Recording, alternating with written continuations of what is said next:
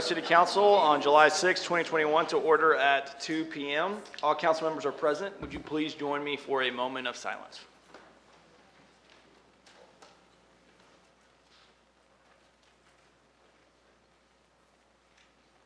Thank you. We provide an opportunity for citizens to address the City Council on any agenda item or during the hearing of visitors portion of the agenda. On items other than the public hearings, speakers will be allotted one 3-minute presentation regardless of the number of agenda items the speaker wishes to address. If you are here to speak and haven't filled out a registration card, please see the City Secretary staff at the registration table outside of the auditorium so that staff can contact you if necessary. If you have handouts, please let us know at the beginning of your presentation, and staff will distribute those to council. And if you are unable to approach the podium due to physical limitations, a microphone is available to be brought to you. Esmeralda, do we have any registered speakers? No, Mayor and Council, we do not. We did receive one comment that was forwarded to you from Teresa Porter, but those are no longer being read into the record, but are being provided to council prior to the meeting. Very good. I will now turn it over. We will now recess the regular session and convene the work session with a report from City Manager Bradley Ford. Thanks, Mayor, and welcome, Council. We have no changes to the agenda this afternoon. I did want to highlight an employee recognition, though, today. Start the meeting off by giving a quick nod to all the city staff members that worked the Fourth on the Brazos event Sunday evening. Often we don't think about what it takes to put that event on, and especially to put it on without a hitch. So I want to say a quick thanks to the more than 140 city staff members that worked the event and ensured all the attendees had a good time, had a safe time, and arrived back home safely.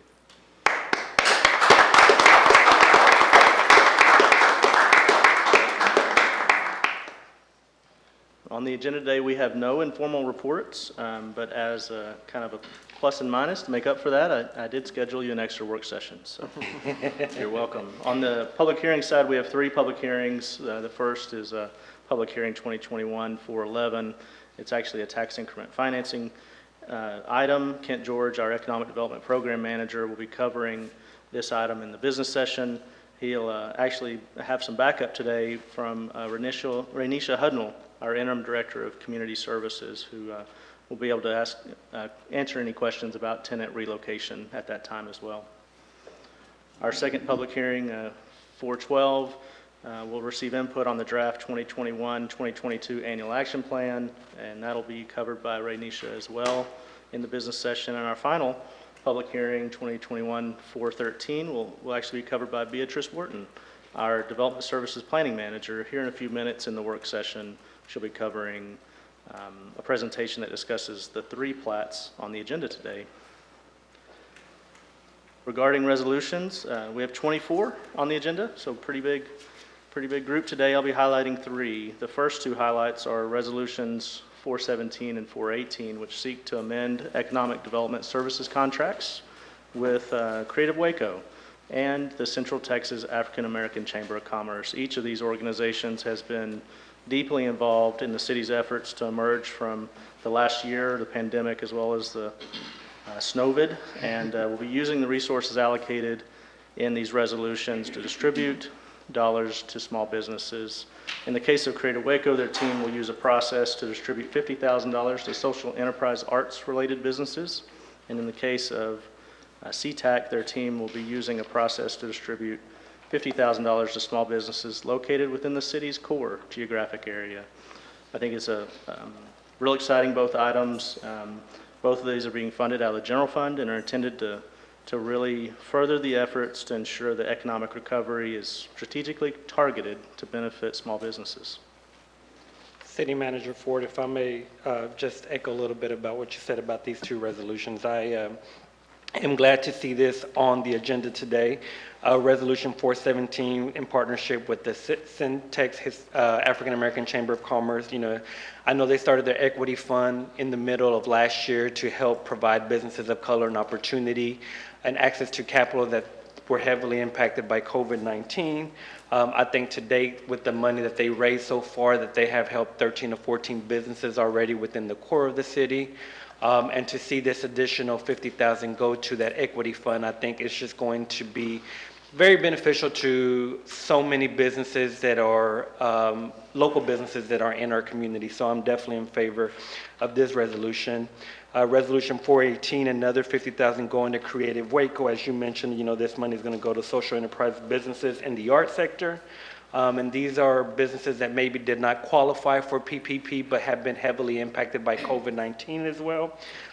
Businesses that still are paying property taxes, utilities, and rent, and just have been disadvantaged by the pandemic. So I think both of these resolutions are just a huge win for not only these two organizations, but for the city as a whole, and they both have my complete support. So thank you for highlighting these. I'm going to echo everything that Hector just said, or that Mayor Pro Tem Sabito just said. I think this council wants to help small businesses, and this is another way that we are manifesting that goal, and I appreciate this being on the agenda, fully supportive. Appreciate it, Bradley. These are both very strong resolutions and in line with the work that we're set out to do. Oftentimes you see, we've been a pro-business council for a very long time. This is an opportunity for us to focus on small businesses as well. With these specific resolutions gearing towards CTAC, gearing towards Creative Waco, with the advancements that we've done with the Centex Hispanic Chamber, with the LaSalle Avenue Corridor Project, to promote business and develop business in creative and innovative ways. So I would like to take a moment to thank staff for their commitment to throwing the box in the trash. Agreed. Yeah. And going about a way to help our citizens do what they need to do. Agreed. Yeah. These are also both exciting because under the African American Chamber with John and Rachel and their team, and then Fiona with Creative Waco, these are phenomenal visionary leaders we have in our community that are doing innovative work, that are centering the voices of our neighbors. And so for us to put additional funds there in a way that we know these are going to be stewarded well, we're going to see an impact, just feels like such a win for us. And artists have been, particularly both businesses owned by people of color and artists, have been exponentially impacted by COVID-19, and so for us to put that little extra oomph of support feels like such a big win for us. Yep, Josh, Oh, go ahead. after you. Yeah, I just wanted to say on the, I echo everything said by my esteemed council members here, fellow council members, but getting on the employee recognition side real quick, I wanted to say Parks and Rec did an amazing job, and I heard from multiple friends, longtime Waco residents, that was one of the best fireworks displays they had. I think given the rain in the morning, that was quite a lot of adversity, and people were just excited to be out there and celebrate our country and just celebrate coming out of the pandemic the way we have. But it was great seeing the mayor's family. My family had a wonderful time. And so grateful for Jonathan Cook and the Parks and Rec team and all the good work they did at Fourth on the Brazos. Thanks, man. That's great. Yeah, echo that.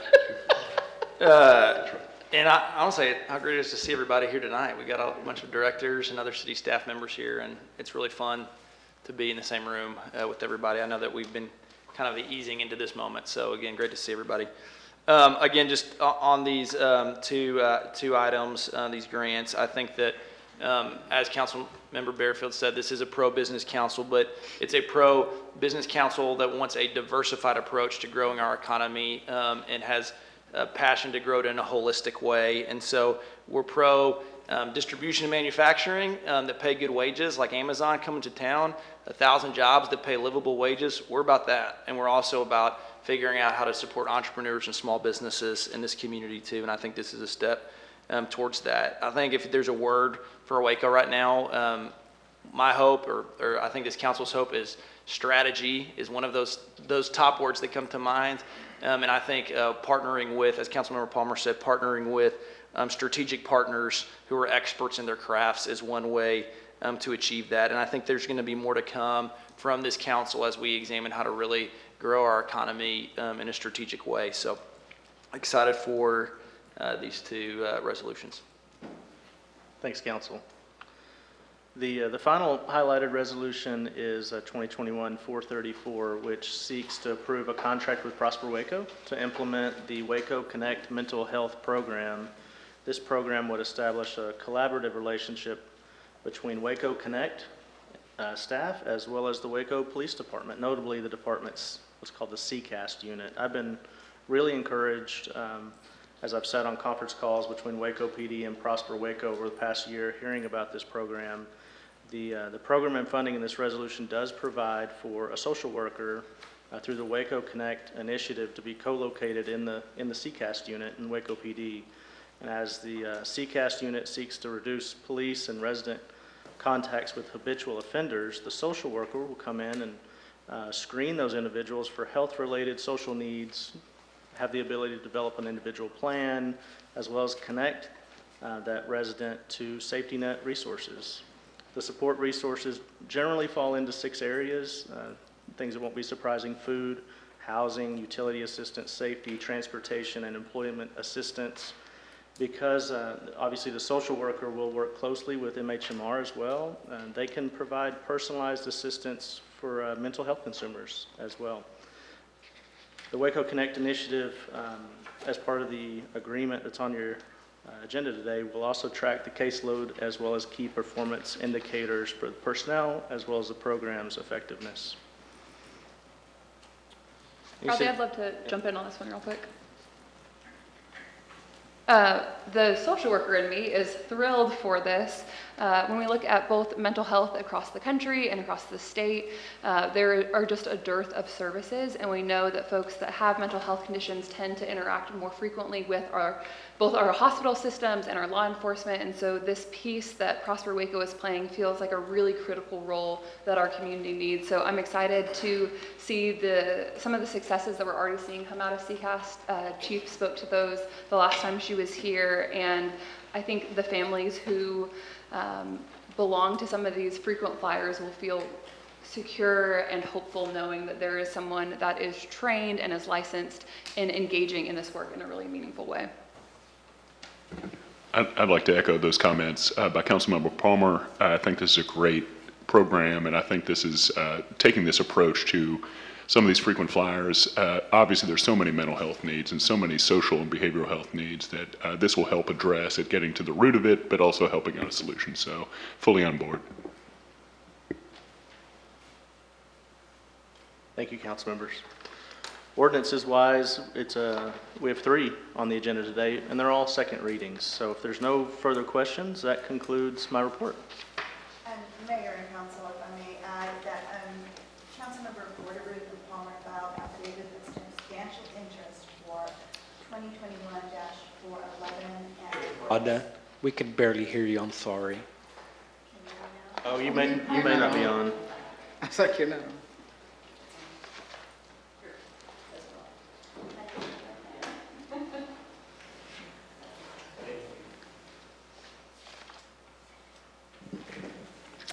Hello. There you go.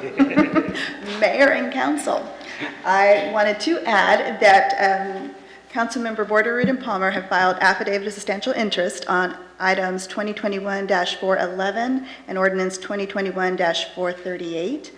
I'd also like to let you know that I put at your place an updated boards and commission appointment list. There are 2 changes. One is highlighted, and that is adding Councilmember Bearfield to be reappointed to the Texas Ranger Hall of Fame Museum for another year term.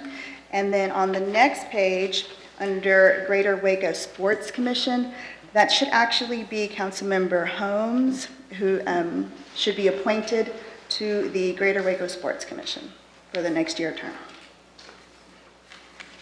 Thank you, Esmeralda. The consent agenda includes resolutions 2021-414 through 2021-437. Are there any items council would like to remove from the consent agenda? The consent agenda then will include resolutions 2021-414 through 2021-437. Bradley, will you please introduce the first work session? Sure. I'm going to invite Beatrice Wharton, our planning manager, up to the table here. She serves in our Development Services Department, and she'll provide us an overview of the planning public hearing items. Good afternoon, Mayor and Council. Wow, it's louder than I thought. Beatrice Wharton, Planning Services. It's so good to see everyone in person. It's been a really long time since I've seen many of you, and the first time I've seen Councilmember Palmer in person, so it's a pleasure to be able to present to you today. So we have a public hearing this evening to consider a resolution approving the following subdivision plats Final plat and construction plans of the Landreth Gardens Addition, Phase 2 and 3. This is a subdivision at Chapel Road near the Ritchie Road corridor. Phase 1 was approved a couple of years ago with 30 lots. And so phases 2 and 3 connect to that phase 1 that's already been built. This is for a total of 73 lots at a density of 4.5 units per acre. And the final PUD was approved in May for both of these phases. The typical lot size within these subdivisions is 55 by 90, and so they are a little bit smaller than our standard lot size, but they are being built out at a lower density than what is normally allowed in single-family residential zoning. This does include detention ponds, a common area, a second point of access, and a tranquility trail through the development. And then the next is a final plat and construction plans of the Springs Addition Phase 1. This is along the Highway 84 corridor in the ETJ. It's a 22.73 acre subdivision with 99 lots at a density of 4.35 units per acre. The whole subdivision is planned for approximately 308 lots, and the typical lot sizes are 50 by 120 and 50 by 175, which is a little bit longer in depth than our standard lot sizes, but still our standard width. Approval by TxDOT for the entrance to Highway 84 is required, and another entrance to the Cotton Belt Parkway is planned in a future phase, and the floodplain does not impact Phase 1. Is the plan there to eventually be annexed, or is that just ETJ, so it has to come through us? It has to come through us. I will note that water and sewer does come from City of Waco, even though it's in the ETJ, and so that's also why they're required to go through this process. Hey Beatrice, on the Landreth Gardens Addition, how much smaller are the lots than our typical standard lots? So our standard lot size is about 50 feet by 120 feet in depth, and these are 55 by 90, so not much smaller. They're a little bit wider, but not as deep. Not as long. And so through the PUD process, they did have approval for reduced rear yard setbacks. Thank you. And if there are no other questions, that's all. I had a question. Does Yes. our new design standard for subdivision, in our subdivision ordinance apply to these? Do you know the answer to that? Our new design standards, For new construction? they have not gone through the approval process for the Okay. ordinance amendment. So you're asking if when they are developed out, they will be, yes, if it's approved, yes.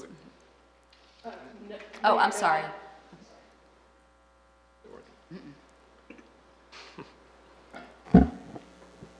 Mayor, we certainly can take a look at that, but I believe that the design standards, they get some, at the time of plating, many of these developments get the rules at the time of plating, but we can certainly take a look at that. Okay.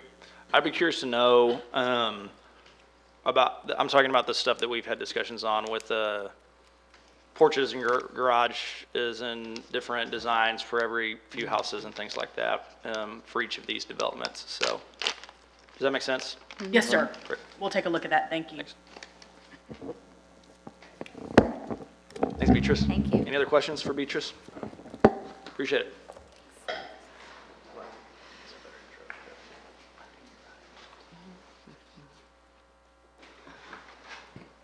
Thanks, Beatrice. Our next, by the way, Beatrice stepping in the last hour to fulfill that role, so thank you for jumping in, doing a great job supporting us as planning manager. Our next work session is 2021-407. It's going to be a discussion of the 87th Texas legislative session, the one that just closed out, and also a little preview of the special session which starts July 8th, later this week. Joining us today at the table, of course, you recognize Chief of Staff Ashley Nystrom, as well as Kara Magera from Blackridge. Carol's team spent this session, as well as the past 6 sessions, representing Waco's interest at the Texas legislature. Her efforts help serve Wacoans' interests in Austin and represent a really efficient method to ensure city leadership knows how legislation is advancing, changing, stalling, during the fast and furious Texas legislative season. So I'd like to turn it over at this time to the team at the table. Thank you very much. Thanks for having me today. On behalf of myself and my team members at Black Ridge, we appreciate this opportunity and, as always, the opportunity to represent you in Austin and wherever else we can spread the good word of everything that Waco is doing. It's quite an honor. It was a wild ride in 30 years. I don't think I've seen a session anything like what we just went through. I wish I could say it was just better and more wonderful and fun than any other session that I've ever, but that would be not telling the truth. In the beginning, it was the pandemic, and it was a slow start. We were dealing with a crippled economy. You had to get tested to go into the Capitol. There was one entrance available at the Capitol that was open. And we expected going into the session for there to be very few bills filed and that we were going to deal with the budget, any issues relating to COVID, potentially redistricting if numbers came out. That's not what happened. You know, then we got going, and then there was this storm that happened that really shocked our world and knocked us back. We lost an additional 2 weeks during the session of being able to meet. Priorities were refocused, new agenda items were created, and it was a mad dash and scramble to learn issues that not many legislators were proficient in. And then at the end, there was somewhat of a meltdown or shutdown, if you will, after a session where there were terms thrown around like red meat issues and the most conservative legislative agenda in recent history. The Democrats in the House had enough and walked out and prohibited business from continuing in the House. They sine-died early before finishing up on certain things. You know, we started with a new and relatively unknown speaker, Speaker Phelan, a Republican from Beaumont. He's in his family's commercial real estate business. He's been a House member since 2015. He created all new committee chairs and chairmen. Out of the 34 committees, 12 of them were first-time chairmen. That also added to the fun of this legislative session that we all experienced.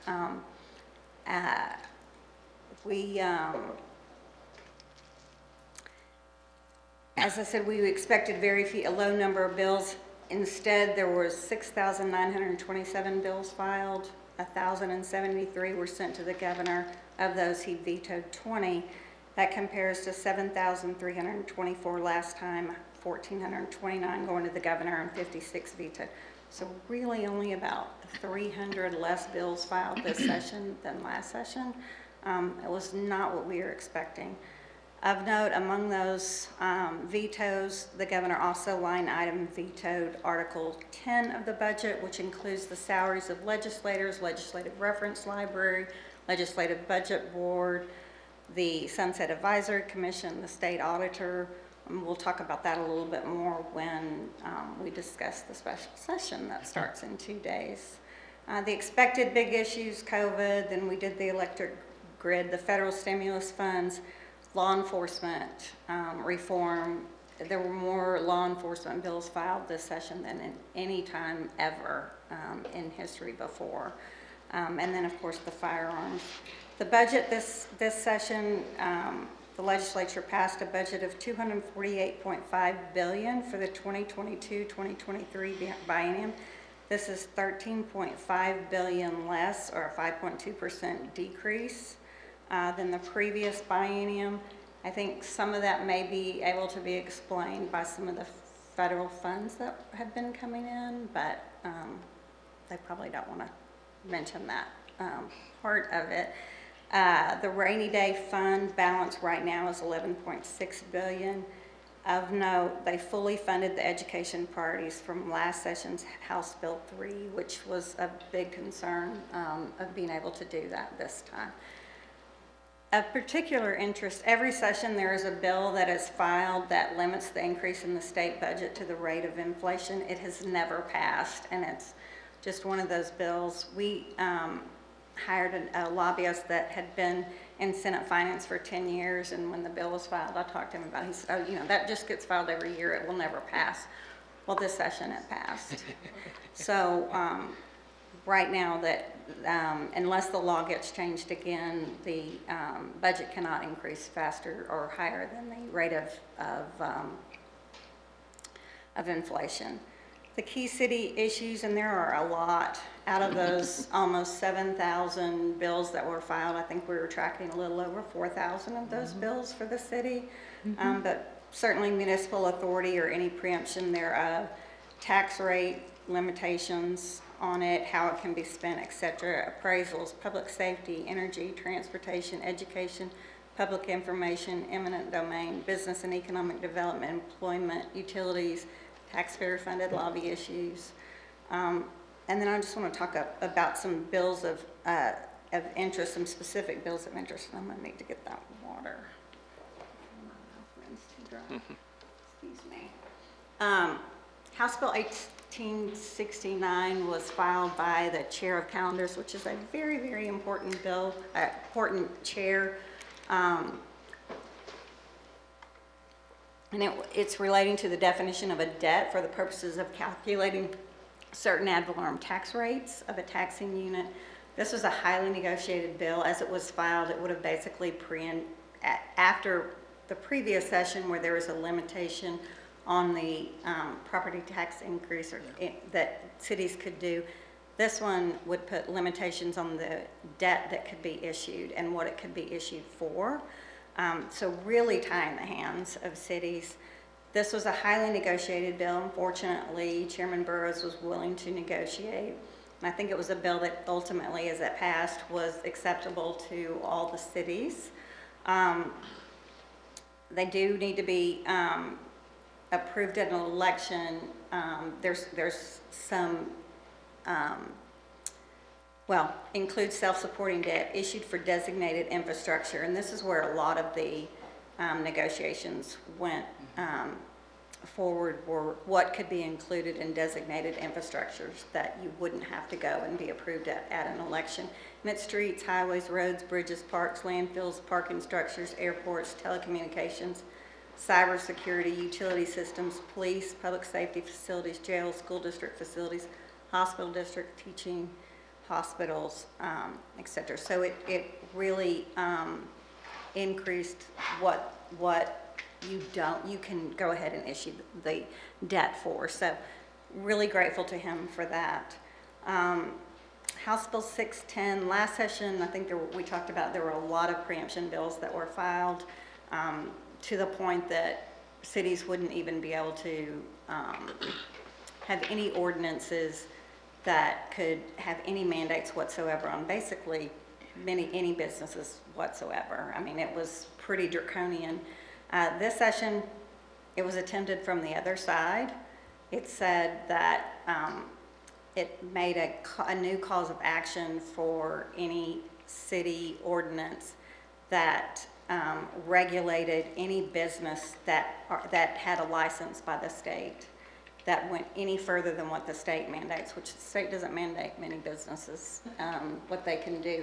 So it just did the opposite and created a new cause of action, which ultimately results in the same thing. Fortunately, that bill did not pass. It was scheduled to be debated on the House floor. It made it through committee and it made it through Calendars Committee. It was scheduled to be debated on the House floor the last day of eligibility to get House bills out of the House, and they didn't get to it in time, fortunately. Some of the other bills that were of key interest was House Bill 1900, relating to municipalities and counties that adopt budgets to defund law enforcement agencies. That bill did pass, and it states that any municipalities over 250,000 in population that reduce law enforcement budgets, the state would deduct money from their sales tax and ban the city from increasing property taxes or utility fees. Any area annexed within the last 30 years could vote to de-annex, and the municipality would be banned from annexing any further areas. And this is a key bill because I know some cities were looking at moving some of their departments that dealt with mental health issues or whatnot into a different area in the city budget, into a different department.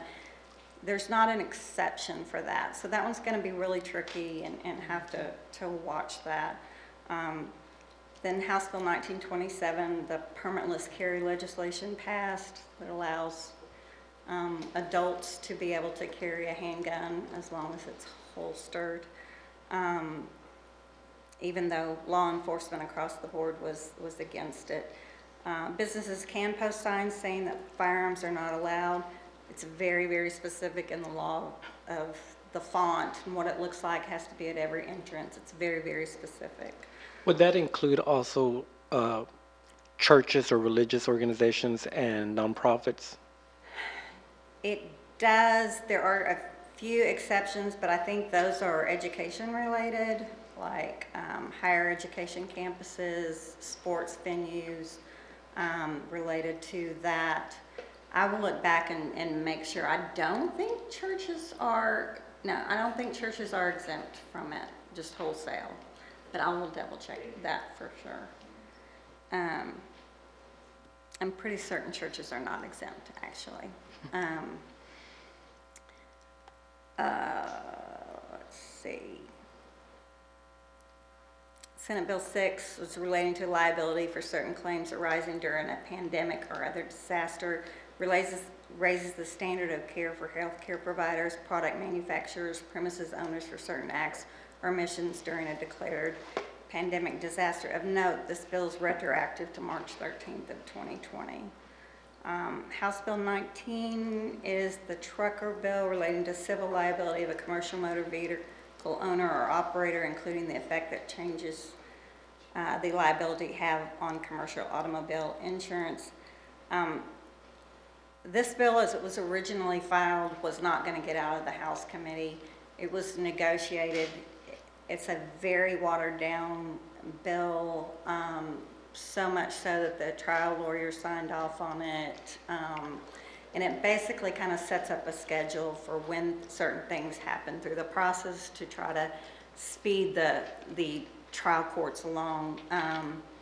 But it is not near as draconian as the bill that was originally filed. House Bill 5, expansion of broadband access, deals with the middle mile, allows LCRA, some co-ops, folks that already have lines, allows them to use their capacity on their lines to be used for broadband access to increase access in rural areas and other areas that don't have great broadband. It's all done through the comptroller's office. There's a fund that is set up, so the comptroller's going to have a lot of power on that issue. House Bill 18, this is a bill that was basically passed to be the answer instead of expanding Medicaid.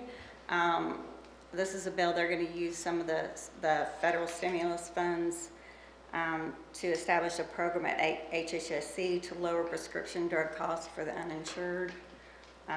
It'll take a while to get that program up and running, but that's kind of the answer, if you will, to the Medicaid expansion, which they did not pass. House Bill 2730, eminent domain reform bill. It adds to lower or the landowner's Bill of Rights, notice of the property owner's right to file written complaint with the real estate council regarding misconduct by easement or right-of-way agents. And then it just sets out, it's not near as prescriptive as what, and it doesn't include any attorney's fees, awards, or any of that, but it is something that, I think this is a Farm Bureau and cattle raisers and groups to get an eminent domain bill passed that the pipelines and the oil and gas folks didn't kill. So it's a watered down version, but they did get something, and they were happy about that. There's a couple of other eminent domain bills. Senate Bill 721 requires a condemning entity to disclose to property owners all current and existing appraisal reports relating to the property and intended to be used at the commission's hearing. Senate Bill 725 provides that a penalty for a change of use on agriculture land as a result of condemnation is the personal obligation of the condemner. House Bill 4107 requires a common carry before entering a property for the purpose of a preliminary survey to be used in connection with the power of eminent domain to provide the property owner with a written notice of intent to enter an indemnification provision against any damages caused by the survey. Then there were some workers' comp bills, mostly related to the pandemic. Senate Bill 22 establishes a presumption that a firefighter, EMS technician, peace officer, correctional officer, or detention officer that contracted COVID-19 resulting in death or total or partial disability in the course and scope of employment would be covered. And then a particular note, House Bill 3774, in it is the creation of an additional McLennan County Court of Law, the 474th Judicial Court. There's some notable bills that didn't pass, which is why we'll be going back into a special session in a couple of days. One notable one, this likely will not be included in the special session, but the Chapter 313 reauthorization bill, it's an economic development program on school taxes, entities that they're looking at coming to Texas, but they're looking at other, it's a competitive issue that allows a benefit for not paying the school property tax portion for a certain period of time. It's going to end in December of 2022, so it needed to be reauthorized. There's been some issues with it. A lot of renewable generation, solar, wind mainly, have taken advantage of the program. It looks like they have the vast majority of number of 313s, but when you look at the dollar amounts, it's minuscule what they get compared to what a Tesla gets or an Amazon might get for locating here. So we talked with the comptroller. These projects are all run through the comptroller's office. He's very interested, and lots of people, members are very interested in getting something done on this. It's likely to be called something different, and there needs to be some safeguards put in, but we'll be working on that because I think that is something that's of big interest. Now, this is a bill that is one of the reasons we'll be having a special session. Senate Bill 14 relating to the regulation by municipality or county of certain employment benefits and policies.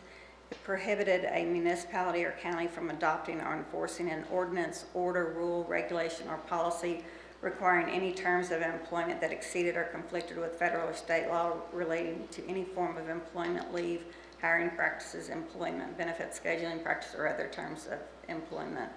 A lot of the large businesses don't have a problem with many different cities having different employment regulations and hourly rates or benefits, any of those type of things, and it's hard for them to work it if it's so piecemeal. And so they have come to push this effort. It's been going on for a couple of sessions now. That's one of the issues that the governor has said we've got to come back to work on that. House Bill 3 did not pass. Carol, real quick, when you talk about that, are you talking about cities regulating like third parties, or are they talking about like a city's own like internal policy for? Third parties. Okay. That's what I thought, but just want to make sure. House Bill 3, it was by boroughs. It reformed legislative, executive, and local government authority pursuant to disasters, emergencies, and pandemics. Said what the governor could and could not do. Stated things like if a pandemic or an emergency lasted a certain period of time, the legislature had to come back in, that it didn't just give the governor carte blanche to regulate like he had over the past year and a half. That bill did not pass. It died in the Senate in the waning days. Another special session issue, Senate Bill 7 and House Bill 6, election integrity reforms. Ultimately, did not pass. That was what the House Democrat members left the Capitol and broke quorum over. It will be interesting to see how all of this plays out. Senate Bill 12, private cause of action against social media companies, created a cause of action against certain interactive computer services for suppression of lawful speech with recovery of attorney's fees and costs, created a civil penalty enforceable by the Attorney General with attorney's fees. So then we get to the special session. I don't normally bring my phone up to but we were literally expecting to see the issues that are going to be on the call.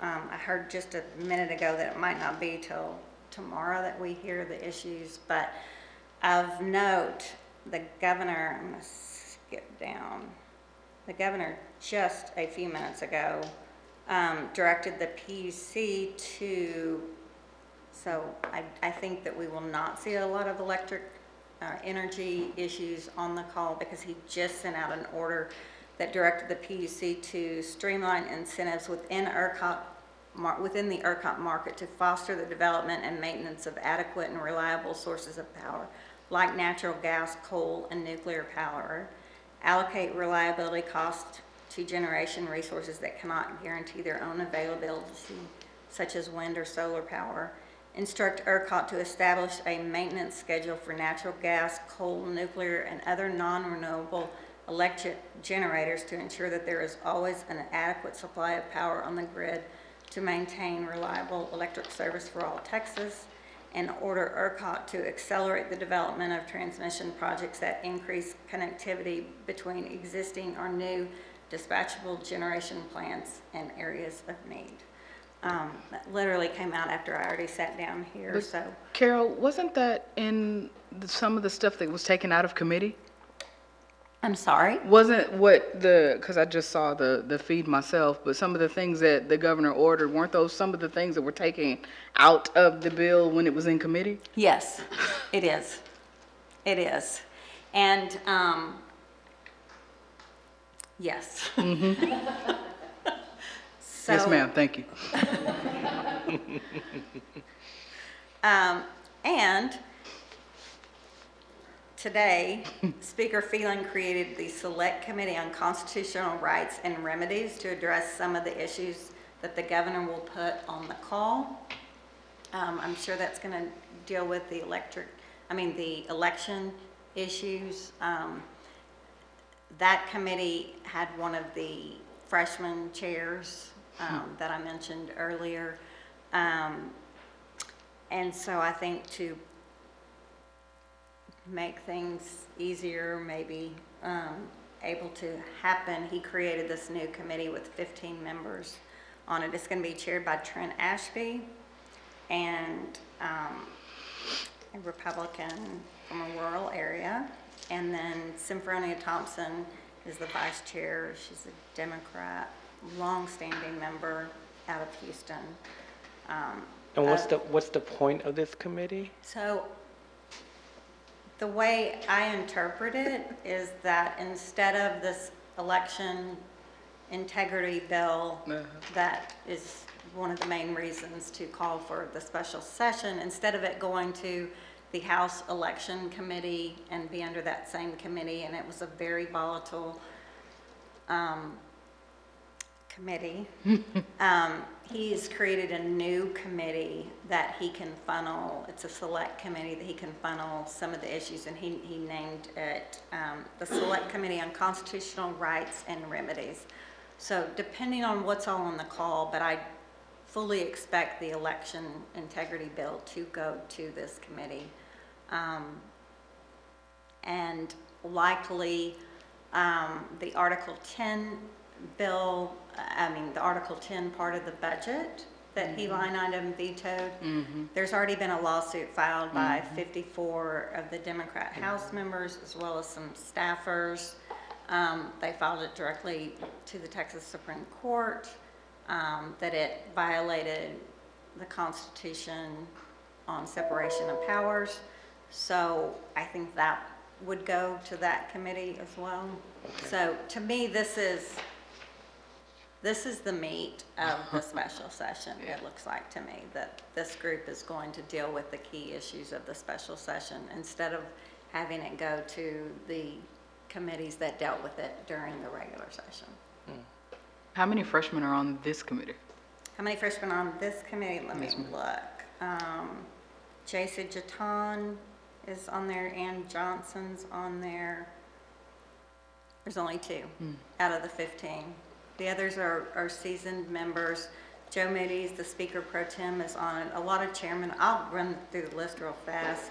John Busey, Travis Clardy, Charlie Guerin, J.C. Jaton, Ann Johnson, Stephanie Click, Brooks Landgraf, J.M. Lozano, Oscar Longoria, Joe Moody, Victoria Naave, Matt Shaheen, and James White.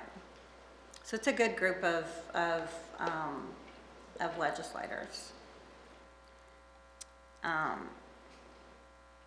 And then, as always, special sessions are not typically, looks like I forgot a couple of, one key bill that didn't end up passing. I'll talk about that in just a second. But special sessions aren't usually beneficial to governors when they're called. I think we'll see that some of these issues that he's calling them for are Republican Party, on the Republican Party primary wish list, if you will. We do have an election coming up, and I think for the first time we're seeing there's already one, besides the governor, there's Don Huffines, Alan West, Paul Ballou, Chad Prather, and Kurt Schwab are all Republicans, so it's going to be a crowded primary field. And one Democrat has filed. So it's going to be an interesting election season, followed on top of the special session. We'll have to have another special session in the fall once redistricting numbers are out to deal with redistricting. So a couple of things, certainly the Article 10, what we've heard is that the governor is going to hold off on doing Article 10 until he can get his priorities passed out of the special session. Again, election integrity, the Senate Bill 14, we're hearing about bail reform, and then how to spend the $16 billion in the federal stimulus funds, how to spend that. That may be pushed back until the fall session, but again, I don't think that now, I haven't seen anything now on the call. That will all depend on what's on the call. One other bill that I forgot to mention, a key bill that we were working on really hard during this session was Senate Bill 10. It was the bill that prohibited, it's the taxpayer-funded lobby bill. I think you're going to talk about that more. So in the interest of time, I'll keep my comments short. I want to leave some time for y'all to have some discussion, but as you can see, Carol and the whole Blackridge team, they're a wealth of knowledge. So the Senate Bill 10, as originally written, would have prohibited cities from engaging with taxpayer funds to engage with lobbyists of any sort. The bill ultimately died late in the House, but throughout the session, we saw similar language try to be tacked on to any bill that could be deemed eligible. So, Carol mentioned 4,000 plus bills that they were monitoring, but they don't just keep up with the legislation. They've assisted us now through 7 legislative sessions, and they have on their team just decades and decades worth of experience at the Texas legislature. So they're really our boots on the ground. Many small and mid-sized cities don't have legislative, governmental affairs type staff. I'm the chief of staff here in the city manager's office. I'm also currently the interim director of municipal information, and I'm also the legislative liaison. So 4,000 bills is a lot. I'm very fortunate that our city attorney's office and many department directors and staff help keep up with legislation that pertains to their different areas. But we really can't, for the money we spend on our contract, we can't replace the service that we get with staff here. So just having them there, helping to walk us through the process, watch bills. There were several times during this session that I got a heads up from Carol or someone on her team, hey, this bill is on the floor, hey, this bill is going to a committee, y'all need to engage on this now. And they really help us to know what's going on and work behind the scenes as well as through the official process. Carol, thank you so much, and Ashley as well. I just want to echo that. I think that, the fact that you tracked 4,000 bills really shows the need for us. I think the conversation, it seems, around taxpayer funded lobby oftentimes is between more liberal cities versus a more conservative state legislature.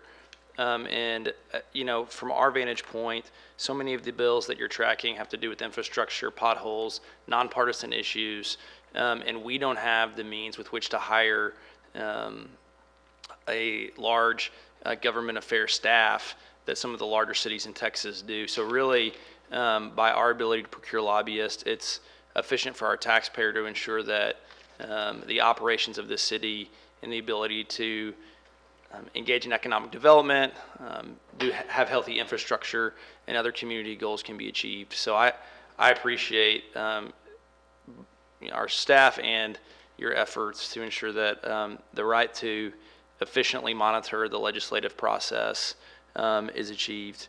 I had a quick question about bail reform. What are they looking at for bail reform? Do you know? I'm putting you on the spot. You can follow up with me if that would be.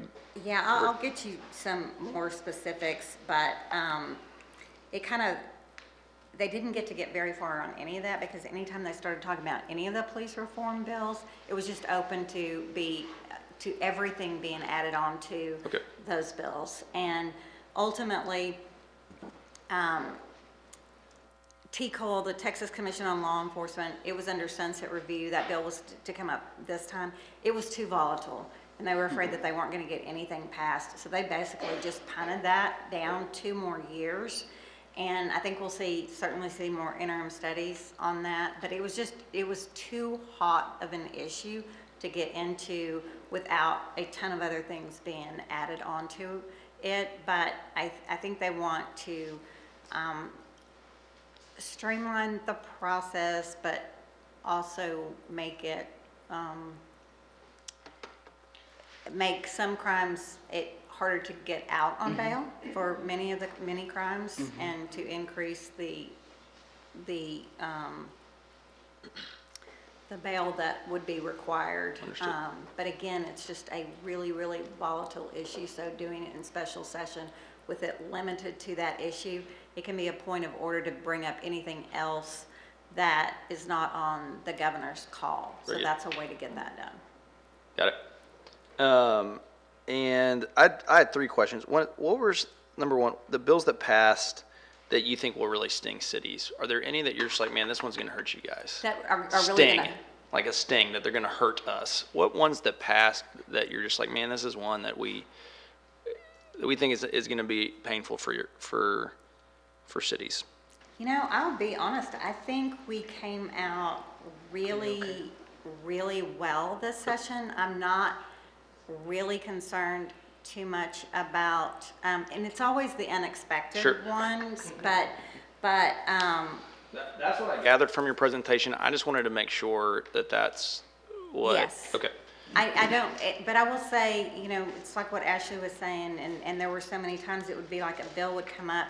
The preemption is what was of most concern, and there were so many bills that we got reading and we're like, they could possibly do an amendment. So we really quickly engaged with Ashley. And I just want to say, this is such a partnership. If those that don't understand how we work, we don't ever go and visit with a member of the legislature about an issue unless we get the specific direction to do so. And we don't engage directly with the members that representing Waco. We're always, hey, it'd probably be a good idea if y'all call them. I mean, we do engage with them and talk with them, but it's always with direct, it's a partnership. And there were many times when it'd be like, ooh, that bill concerns me. That bill's gonna be coming up. And that would be ripe for an amendment. I mean, if they put the anti-lobby bill, there was several amendments on the budget, on Senate Bill 1, on the anti-lobby bill. If they can put it on that bill, they're gonna try it on every bill. So it was those kinds of issues that were of most concern. There is a bill, it's a Senator Zaffarini bill, I'll get you the bill number. It's on sexual harassment, and it states that, you know, an employer can be liable if anybody's supervisor knows or is relatively certain that there is this type of behavior going on and they don't report it. You know, that's kind of a gotcha, if you will.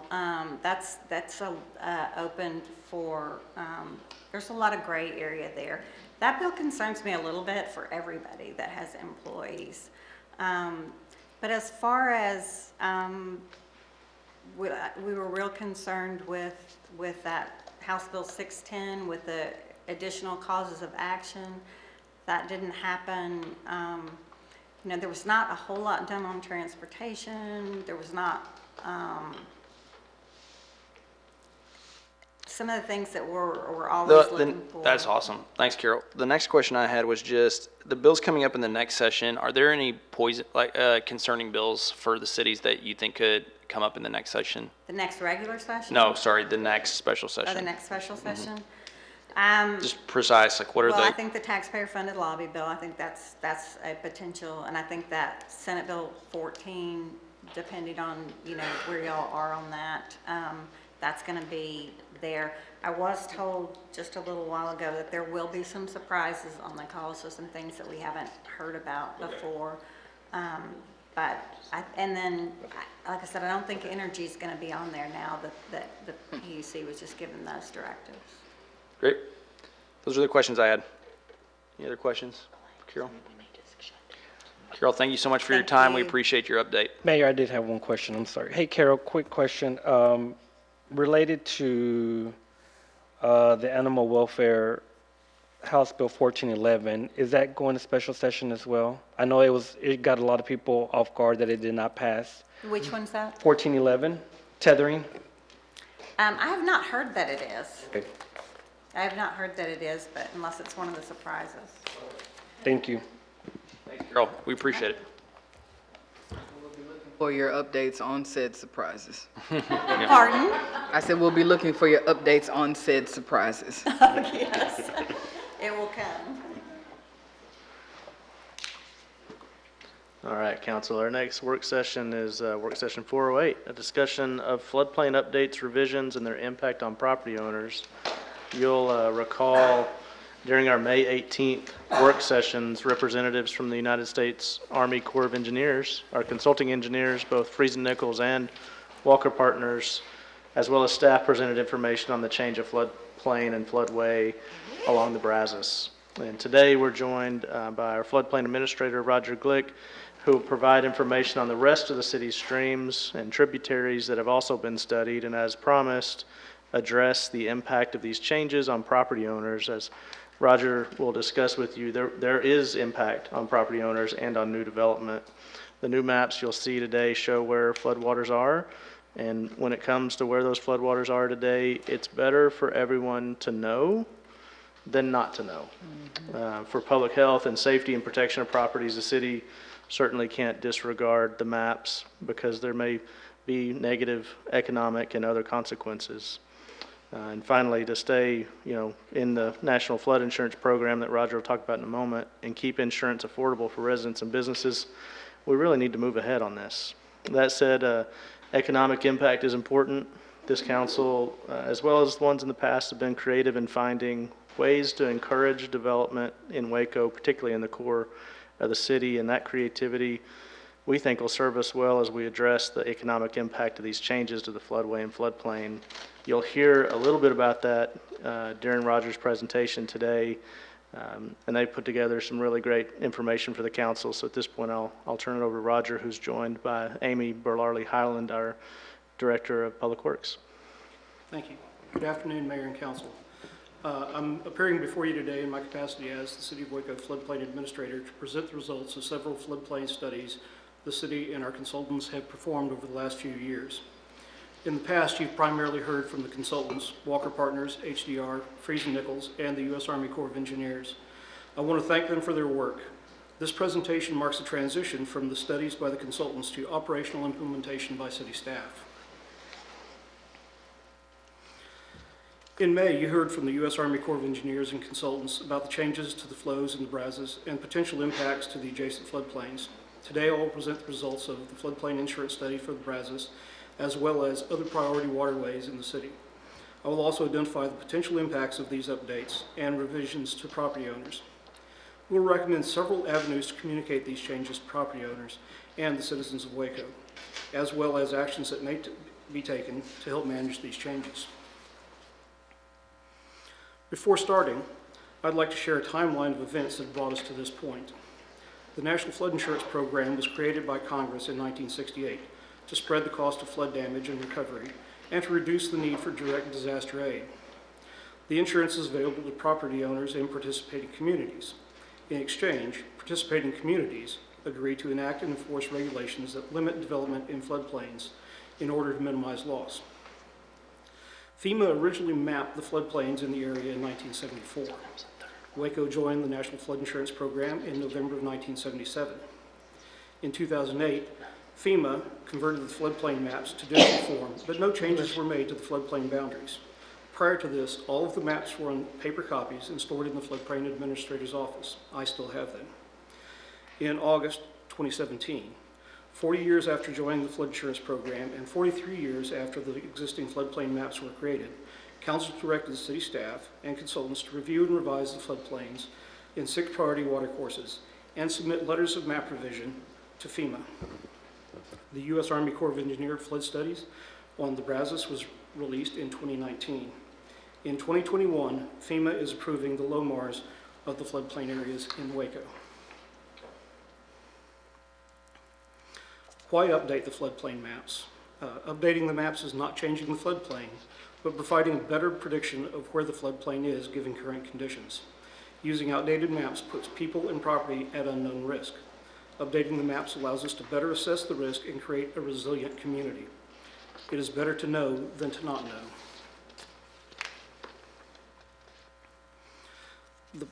The floodplain maps are changing for several factors. Better and up-to-date topography. The old maps used 10-foot contour maps that were developed in the 1950s and 60s, while the current study incorporated actual field surveys and LiDAR data to create an accurate representation of the topography.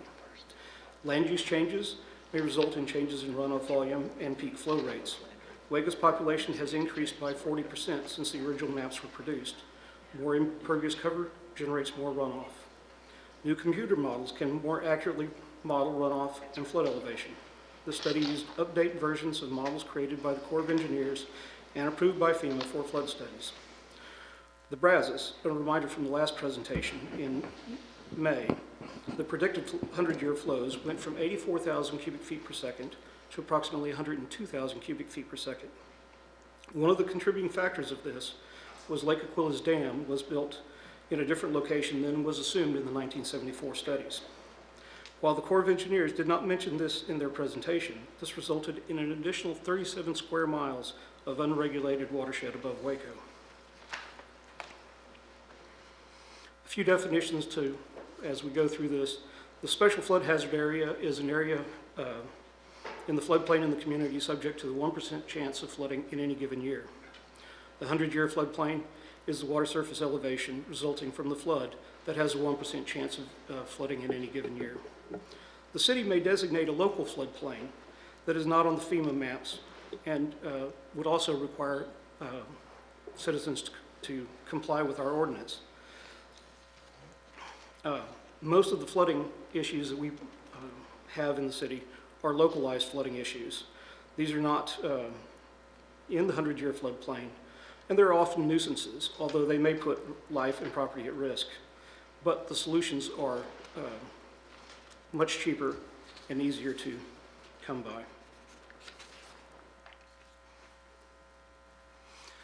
How are the floodplain maps going to impact the property owners in Waco? These are the priority watersheds that we studied, and including the Brazos, Barron's Branch, Marlin Branch, the Delano Avenue Ditch, Primrose Creek, including the LaSalle Overflow, Flat Creek, Harris Creek, Waco Creek, Cottonwood Creek, and the Brazos River. FEMA performed their own updates in 2019. Primarily, those were in the ETJ and on the edges of Waco.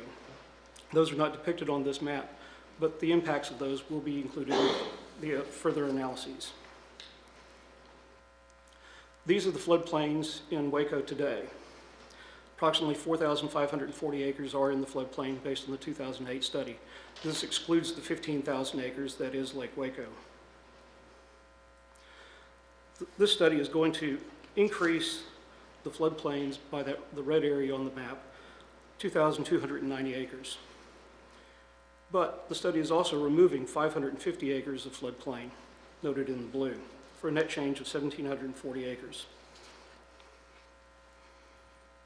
Citywide, in 2008, the 2008 floodplain, there were 4,540 acres of floodplain, and now it will be 6,280, approximately 38% increase.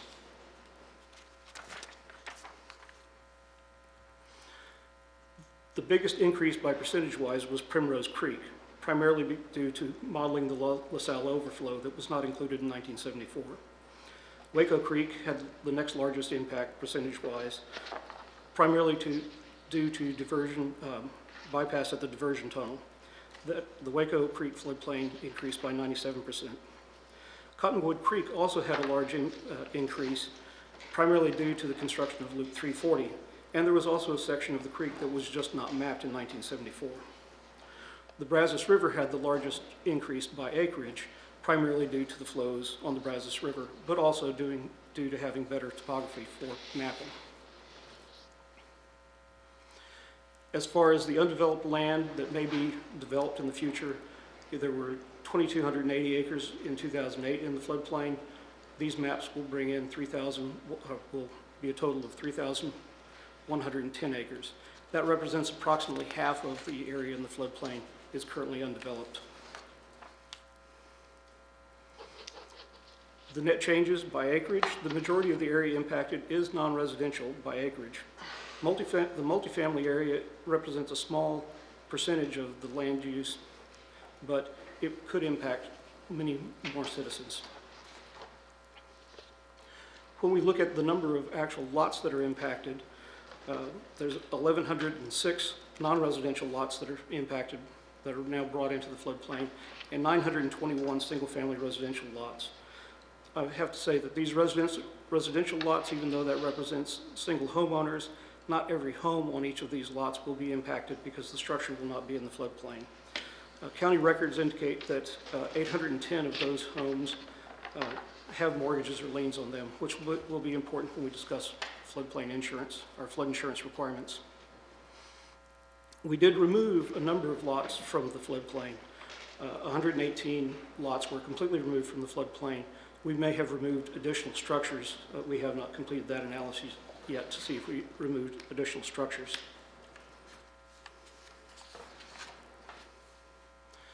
Now, what is our responsibility with all of this information?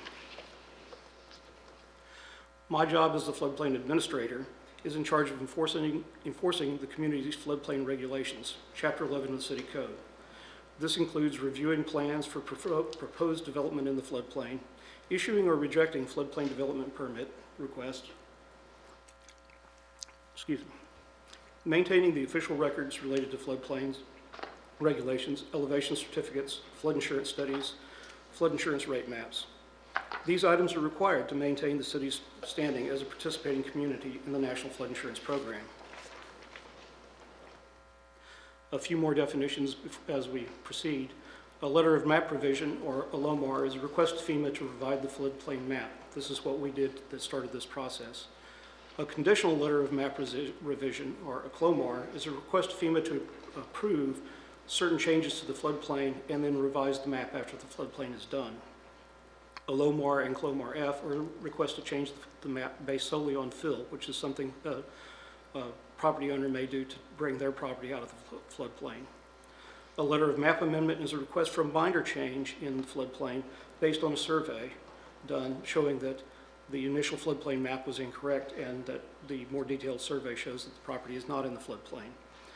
LOMARs are free and they have a 60-day review, but you do need to get an elevation certificate. The base flood elevation, or BFE, is the elevation of the 100-year floodplain, and the finished floor elevation, FFE, is the elevation of the lowest floor of the structure. And an elevation certificate is a document prepared by a surveyor or engineer certifying the BFE and FFE. This is used for your flood insurance or a LOMA. What is our participation in the National Flood Insurance Program? The National Flood Insurance Program was established by Congress in 1968 to provide flood insurance to property owners in participating communities. Cities opt in by adopting and enforcing rules and regulations to restrict development in floodplains in order to reduce the loss of life and property. There are about 29,000 participating communities. Communities may be suspended from the program if they fail to enforce the regulations, and there are regular audits of the program. We just completed an audit, and they noted several deficiencies that were identified, and we will be addressing those. If a community does not enforce the required regulations, it may be suspended from the program, and NFIP insurance will no longer be available. Property owners in the floodplain will still be required to purchase insurance, but it's much more expensive when it is not backed by the federal government. The basic regulations is limiting development in the 100-year floodplain or an area that has a 1% chance to flood annually. The National Flood Insurance Program offers flood insurance to property owners in participating communities. If the property has repetitive losses, the NFIP will offer grants to help modify the property to help reduce those losses. There is a community rating system that encourages communities to adopt additional regulations to further limit loss. In exchange, property owners in those areas can receive discounts on the flood insurance up to 45%. Of the 29,000 companies or communities in the flood insurance program, there are only about 1,000 rated communities. Waco is not currently rated at this time, but updating our flood maps is an item that could go towards us becoming a rated community and being able to offer discounts to our property owners. All property owners in a rated participating community are eligible to purchase flood insurance through the NFIP, even properties not in the FEMA floodplain. Only flood insurance will cover you from surface water damage. The city does not require flood insurance, but it is required by lenders. Any federally backed loan requires flood insurance. Properties that are not initially in the floodplain and but are brought into the floodplain are often grandfathered until the property changes hands or is refinanced. Insurance may be purchased directly through NFIP, through their webpage, or various insurance agents. There is private flood insurance that is backed by NFIP that may be less expensive. The cost of flood insurance is based on the depth of inundation of the property. If the finished floor elevation is above the base flood elevation, insurance is cheaper due to lower losses. The deeper the water, the more expensive the insurance. This is based on the elevation certificate. The elevation certificate is prepared by an engineer or surveyor to certify the base flood elevation and costs between $400 and $1,200. These should be filed with the city, and copies on file could be used by later homeowners to save that cost. Historic properties are not exempt from insurance requirements, but may be exempt from other regulations. Existing properties will be required to obtain flood insurance by their lender. The city does not require flood insurance, but it is a requirement of federally backed loans and grants. Current property owners are typically grandfathered. It is available to all property owners, commercial and residential, and the cost may vary from $500 to over $5,000 a year. This all depends on the depth of flow, the depth of inundation. If you look at the graphics on the right, you'll notice the house that's in yellow, it is not in the 100-year floodplain, which would be a very inexpensive insurance. The red house is 1 foot inundation. It would be much more expensive. In some areas you may have 3 or 4 feet, so more inundation and more cost. Major renovations of a property may require compliance with our flood protection ordinance, including raising the finished floor of the structure. The cost is dependent on the size of the foundation, and estimates that we have are between $10 and a minimum of $10 per square foot to elevate a house. If a property is damaged by any means, not just flooding, this could include hail, fire, or the freeze, then owners may need to require with our flood protection ordinance. Health and safety modifications are exempt from the significant improvement calculations. Listed historic structures are exempt from complying with the ordinance, but would still need flood insurance. Property owners may file a letter of map amendment based on their elevation certificate and be removed from the floodplain based on the surrounding land. This is the land surrounding the property, not just the finished floor. A Clomar F may also remove a property from the floodplain. For new development, our current regulations require the finished floor elevation to be 1 foot above the base flood elevation. This 1 foot is called freeboard and is a factor of safety, so that if the calculations are incorrect, or if we have to change the floodplain again in the future, the house wouldn't be brought into the floodplain. You can't have adverse impacts on your neighbor. You can't make things worse for your neighbor. A non-residential structure may be flood-proofed up to that 1 foot above the base flood elevation in lieu of raising the finished floor. Flood-proofing would require substantially watertight walls and doors.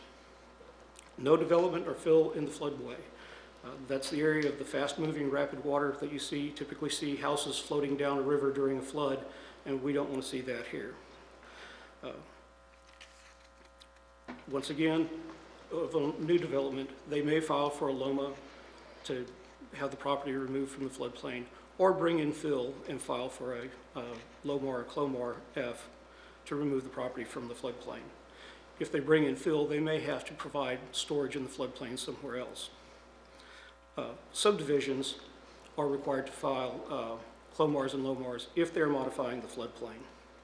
Cost for these additional, the LOMARs and Clomars could be $1,000 or so for a single property, a single home, or a property that I'm working with right now. They're doing approximately $100,000 work on a flood study. It's a 400,000 square foot building, so it's worth it to them.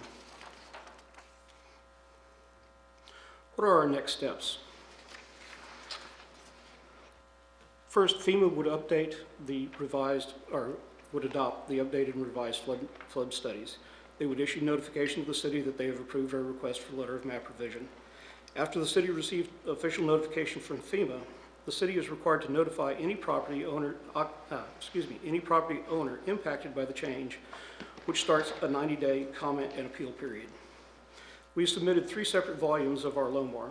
FEMA informed us late last month, that volume 1 has been approved and directed us to officially inform the property owners that the changes will take place. This will start a 90-day comment period, and this applies to Flat Creek, Cottonwood Creek, Primrose Creek, and Barron's Branch.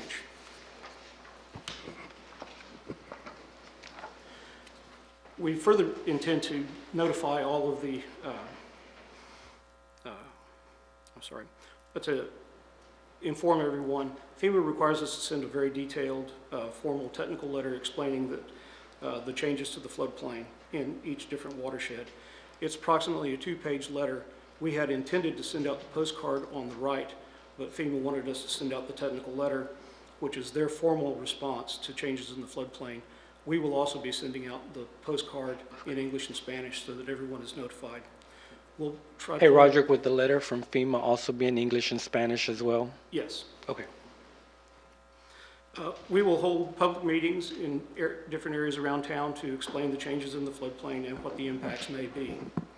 We'll plan to use other outreach means to inform and educate the public, social media, newsletters, the City of Waco's monthly developers meeting, which we've been informing them since last October that these changes were coming. So most of the development community knows what's going on, and they've been building to these requirements already. We're working with IT to set up a web page for more detail and have a viewer so that somebody can type in their address and go directly and see what the old and new floodplains are. And we set up a dedicated email address for the floodplain so that if anyone sends a message to that, it's monitored by several city staff members so that if somebody's away for vacation, the citizen doesn't have to wait for a week to get a response.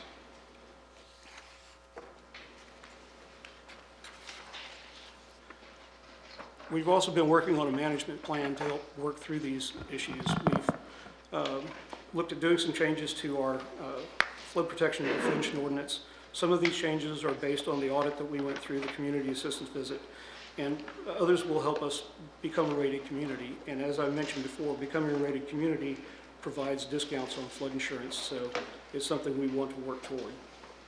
Some of the changes that we will be bringing forward later in the recommendations to our changes in our floodplain ordinance would be increasing the freeboard on new development to 2 feet, which would further reduce their flood insurance costs and reduce the chances of being included in a future floodplain update.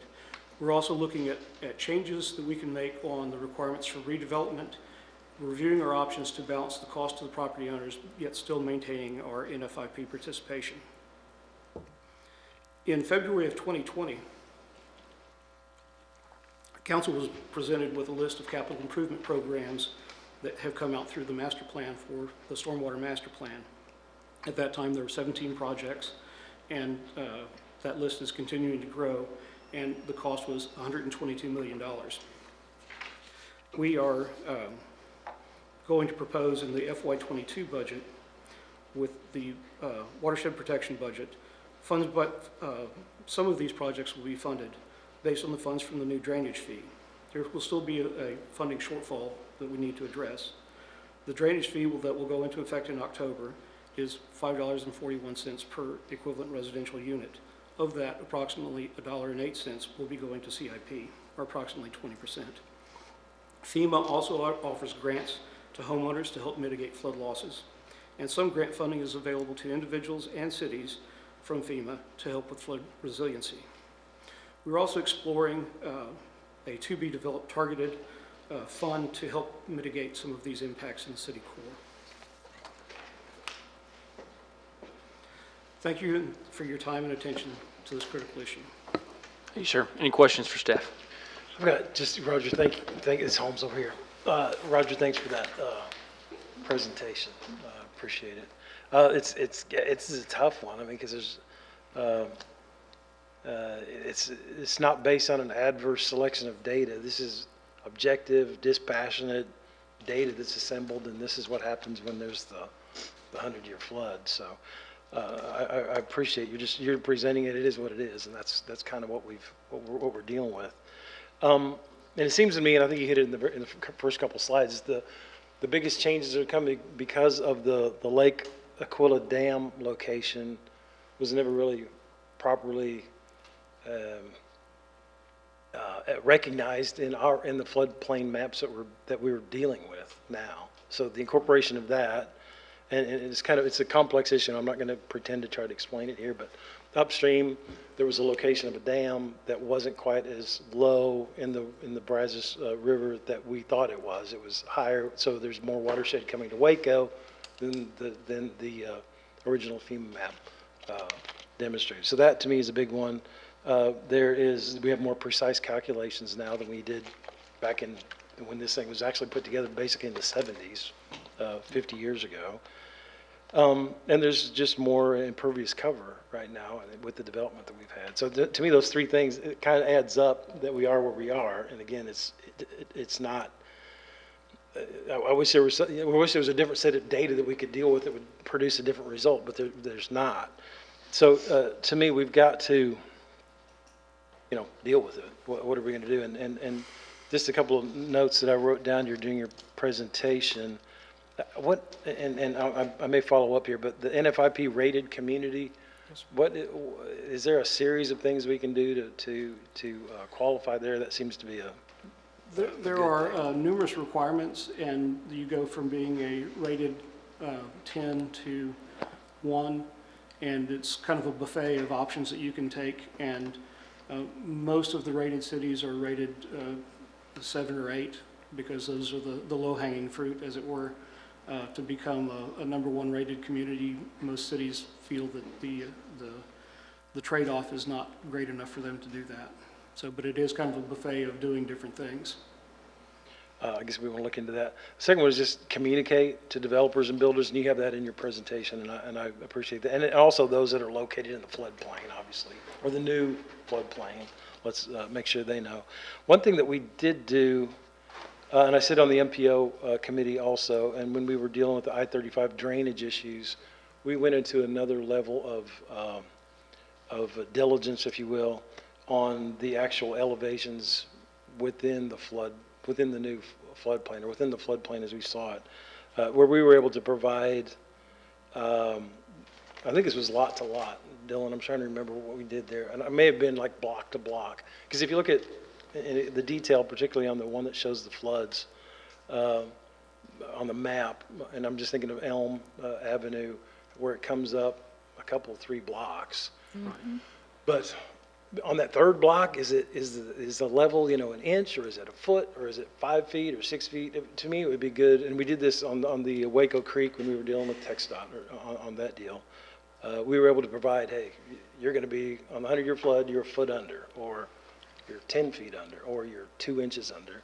To me, that would help maybe take some of the impact, the shock factor out of it, where a developer could say, well, all right, my fill there is not going to be that much because I'm only 3 inches off the 100-year floodplain. Now, I know that's a costly figure, but I would invite staff to maybe look at what that might cost. And Bradley, have you looked at that, or Jed? I mean, I think you're right about the cost. I think I think the cost is staggering. Yeah, but okay. Not to say it's not worth it, because I think where you're going, I've gone where you're going. It's Yeah. been something that I've thought myself. So, but do y'all know what? I don't have an estimate in hand. We can certainly provide it. It's the model that you're referring to is a 2D model that went very much in depth into the depth and velocity of flows at each individual building within a defined area, which We is, also had to survey the first floor elevations for all those businesses so that we had a point of reference as well. yeah. So I think it's fair. We'll provide you a response of particularly the area that you referenced around Dallas that feels like the fringe or the edge of the floodplain, particularly in East Waco. Perhaps we can get a cost estimate routed to the council. And Mayor and Council, we understand that is something we would be good to have, and it would be something that I would like to have when somebody calls me and says, how deep is my building? And You're gonna need it. The 2D modeling is very expensive, and so we're exploring more cost-effective options to come up with the same results. Yeah, because, I mean, we certainly, this has an effect, obviously, on potential development and, existing homes, existing businesses. And again, it's something I wish we could avoid, but I mean, and again, it is what it is.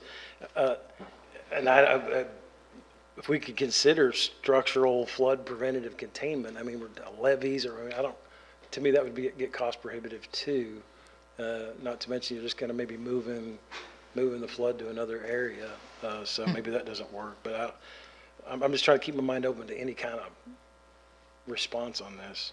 And then obviously let's be working with FEMA, whatever FEMA assistance we can get at this juncture where we're identifying new floodplain. If there's anything we can access there, I think it would be a good idea. But yeah, good presentation, not great news, but I mean, like I say, it is what it is here. Thanks. A couple of quick questions for you. I was Googling flood insurance while you were speaking because it was not something I've ever considered in Waco, Texas before. And I saw that flood insurance looks different for renters versus tenants. So a couple questions off of that. When we send out the postcard along with the letters, will we be sending this to tenants and to owners? It is required to be sent to property owners, which is what because Okay. we don't have a list of tenants. Okay. I wonder if that's something we can explore, because we've done something similar with our STRs when we're sending something out to make sure that the folks that are actually there are getting We're access gonna to have to that. physically get it put on the property Yeah. as opposed to just to the owner. Yeah, Sure. that would be great. And I'm thinking with that, as someone that is a floodplain noob, if you will, looking at this postcard feels pretty overwhelming for someone that doesn't have a background in this. So if we could have this language be really kind of watered down and have some specific action points of if we're just sending those to residences or properties in the floodplain, having something that is explicitly talking about flood insurance, adding that email address that y'all have created onto this postcard. I think this postcard is an awesome idea. I just think we might need to pare it down a little bit more for folks to know what to do exactly with this. And then the last thing that I would just ask is for us to get creative in exploring what sorts of assistance we might offer as a city or through state or federal government, especially for our low to moderate income residents, that a additional $500 to $5,000 a year flood insurance might feel like a huge hit too. So any way that we can mitigate those efforts. Hey, Roderick, thank you so much for the presentation. You know, I will have to tell you, and I've made no qualms about this, I'm concerned that the floodplain is impacting majorities in districts 1 and 2, where I would consider the development for the past few years has really been booming and flourishing and growing. I understand, like Councilmember Holmes says, it is what it is. But I'm wondering if there are some things that we can do to help that come along. So I know in your presentation you mentioned the Primrose Creek, where we see there's a big difference there from the 2008 map till the one today, and Councilmember Barefield and I shared that creek. Is there anything we can do as a city to really help prevent flooding around that area or the flooding of that creek, like with infrastructure or anything? We have a couple of the CIP projects that were listed in the master plan that are directly related to Primrose Creek, both in the upper part of the creek and then down near the LaSalle area. Those are quite large projects, and currently we don't have the funding in our CIP to address those projects. But we do have some solutions we can do that we're trying to find other options that may be more cost effective. I would like to really, for us to dive deep and see what we need to do as much as possible to prevent that and how we can fund those projects, because I think it's imperative, even as we're speaking about changing the floodplain, and I mean there's an immediate need there right now. So I would really love to explore that opportunity. In your presentation, and please correct me if I heard this incorrectly, but you said when it comes to insurance, whether home or residential, buildings under the new floodplain will not be impacted really unless they are refinanced or sold? My understanding of the law, and like I said, the city does not require insurance. It's based on the lenders. Sure. And oftentimes when this is also speaking with insurance brokers as well, when the floodplains are changed, the mortgage lenders are not going out and picking out different homes and looking to see if they're in a flood zone. So typically what happens is when the house changes hands and a new mortgage is acquired, then they'll notice, oh, this is in the floodplain. I can't say that a mortgage lender won't notice that there's a change. If maybe they were looking at the house next door and realized, oh, we have the mortgage on this house, they may notice it. But from what my understanding is, they're not going out and looking for that. Sure. So. Well, and if there was, speaking of that, if there was an existing homeowner where they wanted to file a LOMA to say, hey, we should be exempt from being in the floodplain, they were actually filing that with FEMA, not the city, correct? Correct. It would go through the flood administrator's office. We would sign off and saying, yes, we've looked at this too, before it goes to FEMA, but it is filed with FEMA. But the city would look at it first before it's even filed with FEMA. Yes. Okay, thank you. And then, going back to development, the 1 foot freeboard, and I know we're moving that to 2 feet with new projects. How costly would that be to developers? Typically, raising something 1 foot is not very expensive because you're just bringing in that additional amount of fill or building the foundation up 1 foot. Where it does become expensive is if you're in an area where it is that area where the depth is quite deep, then you're having to raise it up quite a bit. But typically on new construction, it's not that expensive. Okay, So. perfect. And then as far as projects that are currently in the pipeline to be developed, how is this, or do we have an idea of how those projects are going to be impacted by the new floodplain? We've been working with the development community. The floodplain ordinance was amended in June of 2020 to allow us to use the best available data. And so as we've been going through these reviews with FEMA, once we became comfortable that, especially for volume 1 and 2 of the LOMAs, or the LOMARs, we presented that to the development community and said, these are the new floodplains. If they have not been adopted by FEMA yet, but it is the best available data. Mm-hmm. And so we have been operating with that, and okay. The projects come to me and I'll just say, okay, you need to raise your finished floor elevation and Okay. do this and that. And for most projects, it has not been an issue. So it would be safe to say that no developer or project is going to be caught off guard by this new proposed floodplain? They shouldn't be. Okay. Because we've been working with them Good. since October to say this is what it is. Perfect. Thank you. It will be a little bit easier because now it will be on FEMA's map, not just our map. Sure, sure. And then the only thing I was going to say, as far as the communication planning, I will always bring this up, but as we begin to communicate our plan out to our developers, our constituents, our citizens, our residents, making sure that all that we do is bilingual, which is why I asked if FEMA's letter would be in Spanish as well. I appreciate the postcard being in Spanish, but even as we do newsletters, or if we are meeting with neighborhoods or certain parts of districts you talk about, that are going to be impacted by the flood zone, that we are also doing that in Spanish as well, because I think this is something that we definitely need to convey the importance of it and why it's changing and how they will be impacted. But I appreciate the intentionality of making this Spanish already, so thank you for that.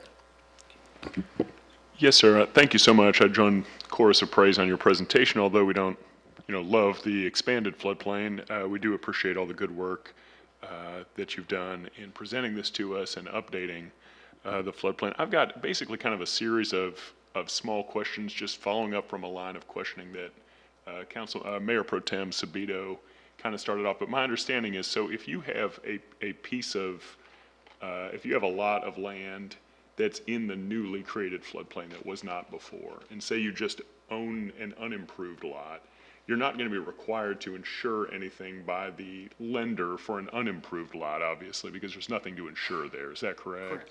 If you've got a structure on that lot that the structure itself is not in the new floodplain, will lenders likely require, let's say you've got a new home build, you're building a new home after the new floodplain is established, would you need to get, if your structure itself where it is not in the floodplain, though parts of your lot are, would you need to get the required flood insurance for that lot? No, it only applies to the structure itself.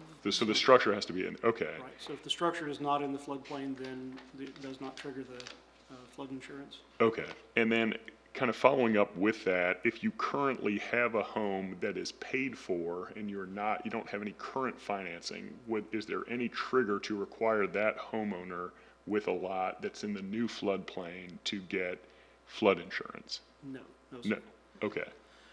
However, I will say that it's, as with all insurance, it's a good idea to have, because flood insurance is the only thing that will cover you from surface water. Your regular homeowner's policy will not. Okay. And then for existing homes with current mortgages, current financing, it's up to that lending institution whether they decide to essentially enforce or require it as a term of the mortgage. Is that correct? Yes, sir, that's correct. Okay. But we would expect them to do so for all new builds or major renovations going forward. Correct. Okay, thank you. That's really helpful. I Or even appreciate new it. purchases. I've bought properties in the floodplain before, and I've never seen a lender ever consider not requiring flood insurance if it's in the floodplain. Okay, that's helpful. Thank you so much, Mayor. Thank you. Thank you, Roger, for your information. I'm going to deviate from my fellow council members' terminology in that it is what we make it, as opposed to what it is, because this is disturbing a little bit as someone whose district sits heavily in the areas that will be affected and with great density and depth within the district. So, but we do appreciate your devotion to solutions. Okay, you and our staff, management staff. Couple of questions. The first is you mentioned some deficiencies that we were working on for NFIP. Can you, or that you saw that we were addressing, could you speak to that? We didn't necessarily have written standard operating procedures for dealing with new permits coming into the floodplain, and without getting into too much detail, Sure. one of the issues that we had was I came into this position because the prior floodplain administrator passed away. Yeah. And so we didn't necessarily, if things were there, we didn't really necessarily know where things were. Sure. The city also changed systems for managing permits, and some of the information had become unavailable. And so those were the main drivers, and so we're working to make sure that we just keep better records and redundant records as well. Sure. Thank you.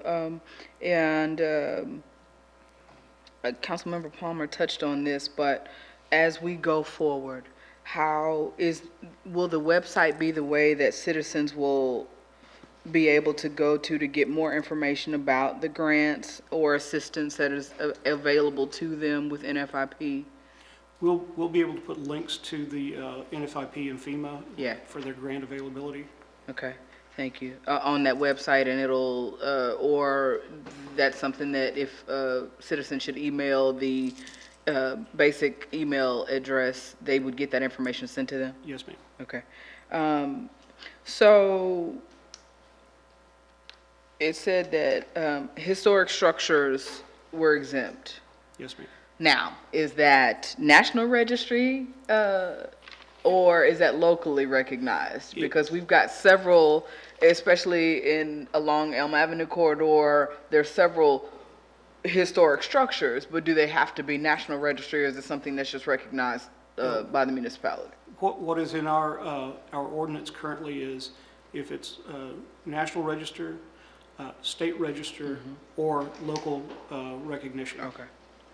And I want to clarify, when you say exempt, you're not talking about flood insurance, you're talking about the development. Correct. Yes. Requirements that would come under play for new development or renovations of a building of a certain size. Because I know I have a lot of constituents that are concerned with the revitalization along Elm Avenue, because those buildings are of a certain age.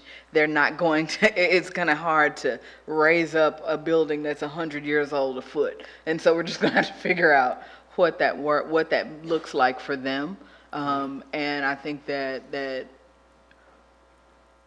we want to make sure that those answers are as clear as possible, because we do not want to thwart that development or stunt it in any way, because we just had gotten to a pretty good rhythm about that, along with Mayor Pro Tem's in District 1 and 2 along Primrose, and we want to make sure that we have as much support as we can to offer those property owners.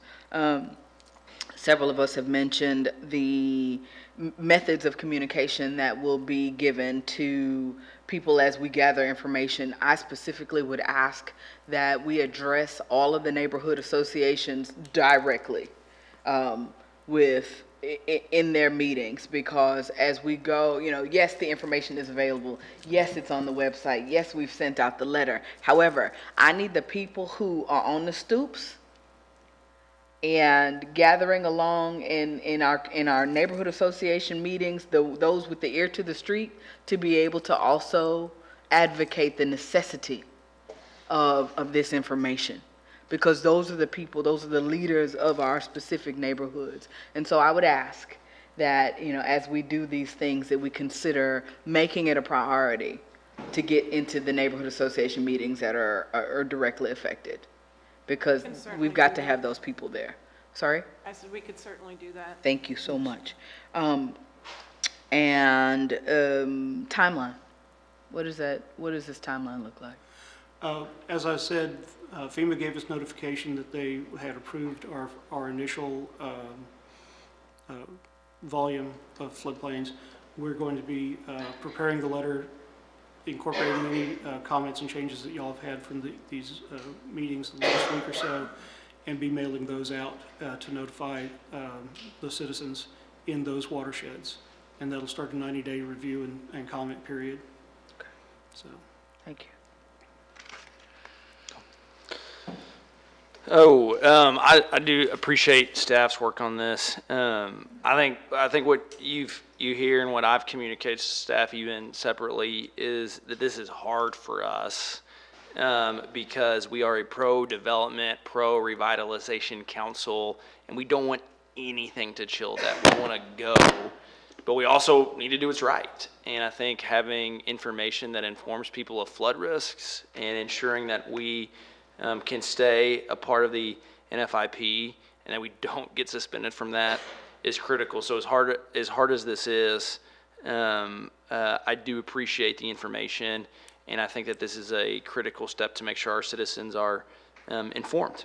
I want to just, a couple of points I want to hit is, I think messaging, communication is something that's been brought up a lot, but I think really messaging to the development community, every tier of the development community, not just, and I love that you've brought this up with the Thursday group, but every potential possible, maybe could be a developer, make sure it's clear to them, how this can still be done. And I've heard city staff members say that we've still seen development in other cities and in Waco happen in the floodplain. Like we can still do this. This isn't a death nail to development. And so if it still can be done and it's still palatable and it's still financially attainable, then we need to communicate how that can be, not only the technical rules of it, but hey, this is how we're going to make this work. And I think City Center Waco could be another organization that could be empowered to communicate that message, as well as our 3 chambers of commerce, and really, pulling some help from those parties to say, this isn't going to be, unless it is, maybe it is, but I think that if it is going to be something that can still be financially achievable, then we need to message that part, not just the technical side of it, but that hey, we can still do this. A couple of council members brought up remediation, different things that we can do, and I think you referenced, Roger, that we didn't have some funding for some of these things. I just encourage looking and exploring grant opportunities. I don't know. I've heard that the federal government is working on an infrastructure bill. I don't know if that might be a source for some of the work that could apply to this, but I do think that exploring federal grants or other infrastructure grants might be a source for something like this, particularly the tie around revitalization in neighborhoods that are in need of it. And then the last thing I'd say is just, if there, to the extent there are even philanthropic or other federal grants that could be available for assistance, I think that's something that we could be looking at too. So I appreciate this presentation. I appreciate you and Amy and Roger for your work here. And again, this is a hard thing, and I know that we're going to continue to explore all options for how we can ensure that our people are taken care of, and that revitalization continues in this community. So appreciate having such a creative and innovative staff who are partnering with this council. So thank you. Thank you. Great. And I believe we have one more work session, Bradley. That's correct. One more. Great segue about creativity and flexibility, because that's what we're going to talk about now in work session 409, which is a discussion of general government debt and capacity scenarios. As council is well aware, our need for capital improvements is really sizable and grows each year as time goes on. These needs include our streets, our bridges, our traffic signals, our parks and facilities. And based on these growing needs, I asked staff to look at our governmental debt capacity and propose strategies that can aggressively but responsibly address all our needs. Due to our economic recovery as well as substantial declines in our debt obligations, we have a real opportunity to take significant steps to create a CIP that is flexible and fiscally responsible while really boosting the amount of funding that it has in it, more than Waco has invested in many years into that CIP. Our finance team, along with Paul Kane, our assistant city manager, and our financial advisors have worked up a plan that we think could bring just under $100 million of bond capacity to the city of Waco in the next 2 years. I'm excited about this presentation because I think it really shows you financial flexibility in really addressing one of your strategic values, which is meaningful progress in our CIP and investing in infrastructure. So this time I'll let Paul take it away. Thank you, Bradley. Good afternoon, Mayor and Council. We're excited to come before you today with some work that our team, as Bradley mentioned, has done over the last few weeks and months and trying to come up with a creative solution to our governmental debt. I'm going to walk you through some key concepts here just to give you some sense of thoughts and ideas as we move forward here. What is governmental debt? Governmental debt is essentially, let's start with what it's not. It's not water, wastewater, solid waste, or drainage debt. We're talking about streets, sidewalks, signals, parks, city facilities such as police and fire stations. You'll recall in previous information we provided to council, we have just in our streets and sidewalks areas, we have about 1.8 billion in replacement value, 72 million annually. So we have a sizable asset inventory to consider. As you know, our tax rate has two components, operations and debt service. The O&M portion funds our traditional city services such as police and fire. The debt rate component generates the revenue needed to pay the annual debt. Of course, tax revenue is a function of the taxable value of property as set by McCAD and the tax rate applied per $100 valuation. A collection rate is assumed in the revenue calculation. Usually that's 98%. And when it comes to the debt rate component, it's really just algebra. So for any students out there listening who may wonder why algebra is important, this is a good example. We know the taxable value from McCAD, the amount of debt service payments due, how much will, and so then once we know those things, then we back in or calculate and solve for that rate. So that's solving for X. In algebra, it's solving for rate in the sense of debt service.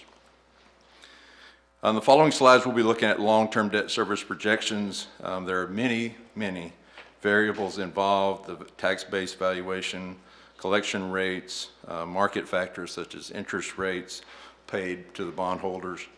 Our projections are the best estimates today based on many variables. As the future years included in the projections increase, so too does the margin of error. That's why we'll update these calculations throughout the year, and we'll be having a very similar discussion to this one a year from now. So let's look at a high-level overview of Waco's governmental debt. If we pulled the information from the 2020 audits from Waco and from various other cities around, and this graph shows there are essentially two different types of debt. There's governmental debt is shown in yellow, and then business debt shown in red. Waco has about $134 million in outstanding governmental debt, while the average of the other cities is around $235 million. Given the unique attributes of each city, such as population, square miles, etc., a better way to compare those is looking at it per capita. From the per capita perspective, Waco's governmental debt is $950, and again, this is 2020 data, while the average of the other cities is around $1,679. So Waco's is just over half, or 56% of the average. While the previous slide showed how Waco's $134 million in general government debt is distributed per capita, this slide addresses the annual payments or the debt service on that debt. The blue area you see here is the annual debt payments owed. See, the current year debt service is around $13 million, and this will increase in fiscal 22 due to debt sold this year. Annual payments on existing debt will then decline. In orange, you see the algebra. That's the debt rate that's needed to support those obligations. So you see the declining, mirroring the declining debt obligations or payment obligations into the future. So this gives you some sense of the relationship, and also you'll notice in particular in 27-28 there's a dramatic decrease in both our annual payments here, shown here. So we're going from roughly 13 million down to 8, and the debt rate dropping from around 10 cents to 6 cents. So that's a dramatic shift, and that will have impact on some of our future slides we'll be looking at.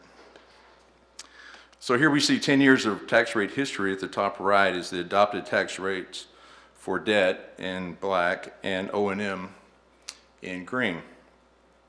At bottom left, this data is expressed as a percent of the total. I know that's a discussion that we've had a number of times in how to show this.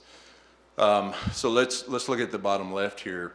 You see that back in 2012, our debt rate was about 22% of our total rate.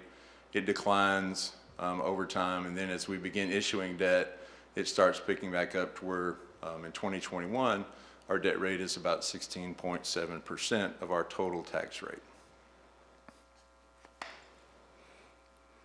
This slide looks at the tax rates for the current year. The current debt rate is 12.9503 cents per $100 valuation. Again, 16.7% of the total rate.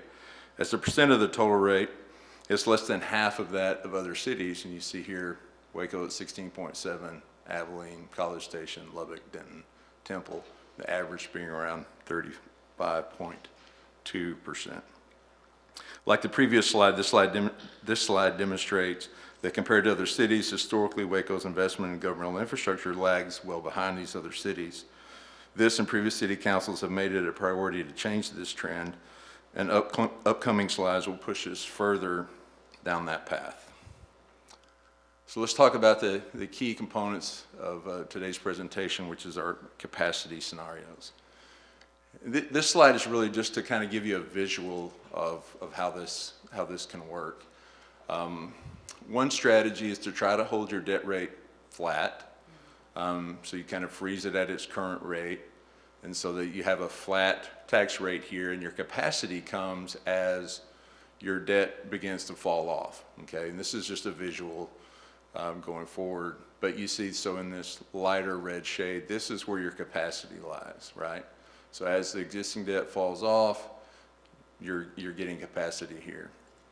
Another approach is to begin pushing the tax rate on the debt side up every year to where you get to a higher level and then hold that going forward. So you see here how the capacity begins earlier and it's much higher as you go out into the future. So just, those are more illustrations than anything, but just to give you some sense of some different strategies moving forward. About a year ago, in the midst of COVID-19 uncertainties, staff proposed a conservative approach to our bond capacity and to our CIP. This approach shifted about 1/2 cent or half a penny from operations to debt. And this graph kind of illustrates that proposal, but updated with better valuation data for 2021, as well as new projections for 2022 and beyond. Valuation growth is 3% over this term, and that's our projection. Per the last report the city received from McCAD, about 32% of our tax value is still under ARB review. So again, I'll say that again, 1/3 of our tax base is still under ARB review. So we are projecting numbers, they will assist us and ultimately give us the estimate to use. But they're working hard, and all of us are working to see how much of that 1/3 actually hits the rolls. So this plan would fund about $156 million over the term that you see here. However, 41% of this amount is in year 6, and I want to zero in here. So as we look at managing the debt rate and our growth, we're looking at around $18 to $18.5 million a year in debt issuances. You'll remember that previous slide where I showed you that dramatic drop off in 27, 28. If we had a tax rate of $15.95 at that time, that would generate $63 million in debt capacity in that 1 year, which is great, but we need more of that in the front end now. Interest rates are favorable, construction costs are unlikely to decline from here. So we as a staff looked at this and said, what can we do to shift some of this capacity forward to some of the earlier years? So that really was the effort as we move forward. And you see that the half penny, as I mentioned, 41% in the first 2 years, or 41% of the total is in year 6. So all of the money, almost 41% of it's coming here. 24% in the first 2 years. It does hold the rate the same, shifting that half a penny I talked about earlier. Again, the debt rate by 2028 here, in this case, pushing 1645 would be that 21% of our total tax rate from 16.7 currently. So in consultation with our financial advisor, city staff has put together kind of a revision of that plan. As mentioned previously, it will be reviewed and adjusted annually going forward. Fiscal 2022 presents some opportunity for us. The proposed rate of 14.45 cents next year is a 1.5 cent increase above the current rate of 12.95. This 1.5 cents will be taken from the O&M side and moved to debt so as not to increase the total tax rate. In fiscal 22, the economic recovery in the form of sales taxes, hotel taxes, and improved revenue for charges for service all help to mitigate the loss of operational revenue in the general fund. In addition, better than expected tax-based valuations due in large part to the City Council's aggressive economic development strategies, as well as creation of a dedicated funding of the stormwater infrastructure through the stormwater utility, all work together to make fiscal 22 able to absorb a rate shift. Another key element in reaching these levels of bond capacity is how the debt repayment is structured. These details will be addressed on the next slide. So just visually, as you look at this, you'll recall on the previous slide, this was up around $63 million out in 2027. So what we've done is to shift part of that. So you see that 63 goes down to around 44, but it greatly increases what we can do over the next 2 years. This would push the debt rate to around 21 cents, and that would be about 27% of the total rate. You'll recall that in other cities, the average is around 35. So the attractiveness here is it gives us substantially more than double of what we had initially planned for 2022, and as well as 2023. I want to show you on this next slide kind of the structure of how we're trying to get this done. So you'll see here in the first column in the gray, we've got 42 million principal, 20-year term, a guesstimate tax rate of 3.5% on the interest rate. I'm sorry, I said tax rate, interest rate of 3.5%. And that's a conservative. It is conservative. It is conservative. It's, there's a lot going on in the economy today, right? The way this would work is there's an initial payment in that first year of around 2.9 million. And then you see how for the next 4 years, the debt payments drop to 1.5 and then pick up substantially in year 2027, 2028. So what we're going to be doing is structuring the debt sales for this year and perhaps the next years into the future to adjust them so that the majority of the annual payment, the larger annual payment, can be in years when the debt begins to fall off, right? So that's how we're bringing forward that 27, 28 number of 63 and shifting it forward is where what our financial advisors and those in the bond industry would say we're backloading the debt here so that the larger payments come in when our debt service falls off, okay? Of course, anytime you talk about penny shifting or tax rate shifting, there are revenue implications. And again, I once had a finance director that I worked with who liked to say the numbers I'm showing you today are wrong because based on projections, things will change. So we're using 3% valuations for all these numbers you see here. If we're fortunate, and it's more than 3%, and we certainly hope it is with all the needs that we have in the city, these numbers will change. But at 3%, what are the revenue implications here? So this chart tries to show how those two things work together with regard to operational revenue and debt service revenues. Shown in black, the rate reflected in the black line here, you see the rate increases here going up each year towards 2104, and then in black, the annual revenue generated from that rate going forward. Correspondingly and inversely, you see changes on the operational side where the rate is coming down. And again, remember, these are all at 77.6232, 77.6232 cents of total tax rate. You'll see the operations coming down a corresponding amount so that the revenues increase, and the operational side is fairly minimal that you see here. But it allows us essentially to kind of hold our own, to have some slight increases in operational revenue, again, at a 3% growth rate. That puts us more dependent upon our sales tax revenues and other revenues. It requires that places like the zoo and the Texas Ranger Hall of Fame do well in terms of their charges for service so that they don't require general fund subsidies. So there's a lot that goes into this, but the idea here is to show you the relationship as we raise the rate on the debt side and lower the rate on the operations side, what it looks like in revenues going forward. And again, this is at 3%. So to summarize, as we've seen, compared to similarly sized and situated cities, Waco's governmental debt is low. Due to council's strategies in economic development, creation of a stormwater utility, and conservative financial management during the pandemic, Waco is in a position to increase our investment in infrastructure.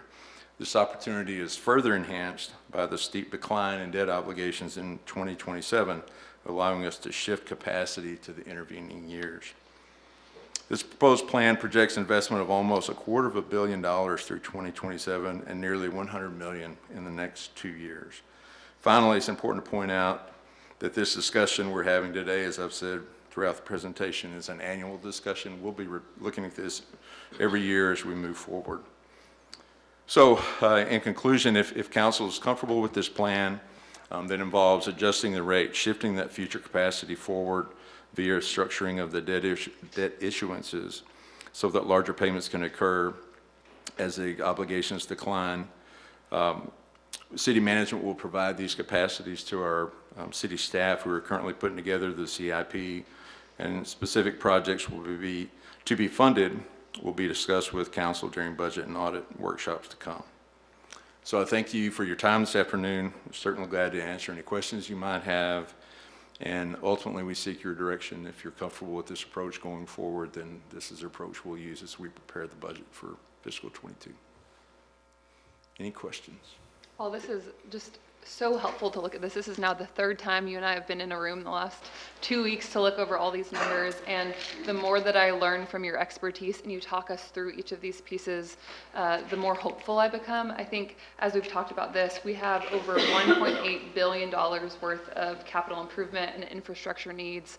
And a lot of that is just this huge backlog. So I love knowing that you are at the helm of the ship, steering us in a direction that is aggressively addressing years and years and years of capital needs that we just haven't had the capacity or that just hasn't been prioritized. We're prioritizing our streets, we're prioritizing our infrastructure. So for folks at home that are hearing us talk about raising the debt, this is a very different conversation, raising the debt of a municipal government versus raising the debt of an individual family. And this is a positive thing with happy, beneficial long-term implications in a way that increasing the debt of a family is not. Really excited to see just the way that you are being strategic and having the long-term goggles on. I was trying to get our city manager Ford and assistant city manager Kane to say, okay, by what year are we really going to be caught up on the backlog? Like when is the council, and like in what future year is the council going to look back and be like, wow, council of 2021, they were doing it. And so I'm hopeful that maybe in 2040, the city leaders of Waco will say, we were making strong, aggressive, strategic decisions that are serving future generations of Wacoans. Hey, Paul. Yes, sir. Go ahead. I was just going to say, for those who may be watching at home, there's a lot of discussion about the federal government and the deficit and how the federal government operates. Cities do not operate at all like the federal government. Correct. We are not issuing debt to pay for operations.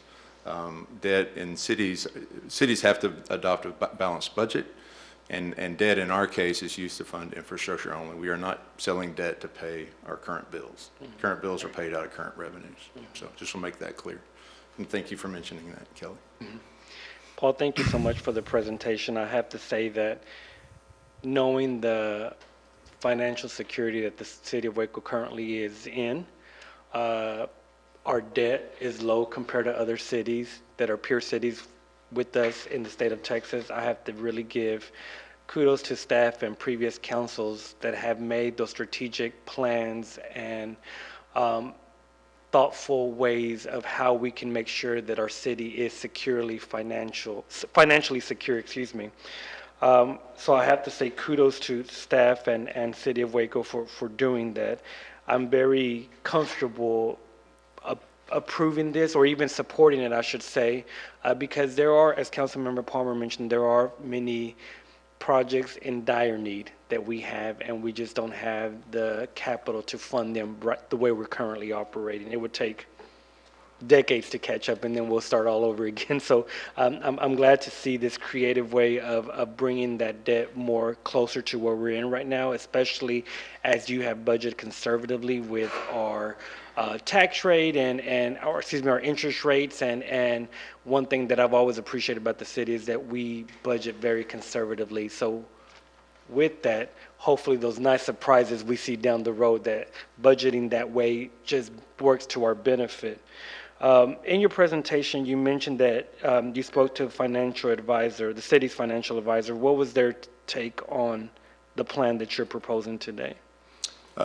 They were supportive. Actually, what we did, we sent them the earlier slide that showed the big number out in the future and said, show us some ways that we can shift that forward. So what you see today is actually their plan that staff certainly had input in discussion with them on. But the data that you see here in shifting those dollars forward, particularly the backloading of the debt, are their numbers. Wonderful. Well, it has my full support. Thank you for bringing this, and I even look forward to discussing this annually, which we can make tweaks as we go along the way, but thank you for this. Yes, sir. Other comments or questions? Oh, this Holmes over here. I'll jump in. Is there, Paul, great presentation. You pulled a lot of data together here, and it's useful to review here. Coming from the private sector, I mean, the key ratios you look at are what is your debt load, your debt to assets, your debt to equity, and your debt service coverage ratio. In other words, what kind of cash flow do you have that can cover that debt? I know it's hard to do. Fund accounting is different than the GAAP accounting, so you almost have to go back to the CAFR to see what are our assets. I think it's $1.4 billion is what our assets are. So between now and the next meeting, I want to go back and look and see what parallel kind of test private sector looks at versus what the city looks at. Because I think one can run into danger of carrying too much debt, just frankly. And I'd like to see debt to asset.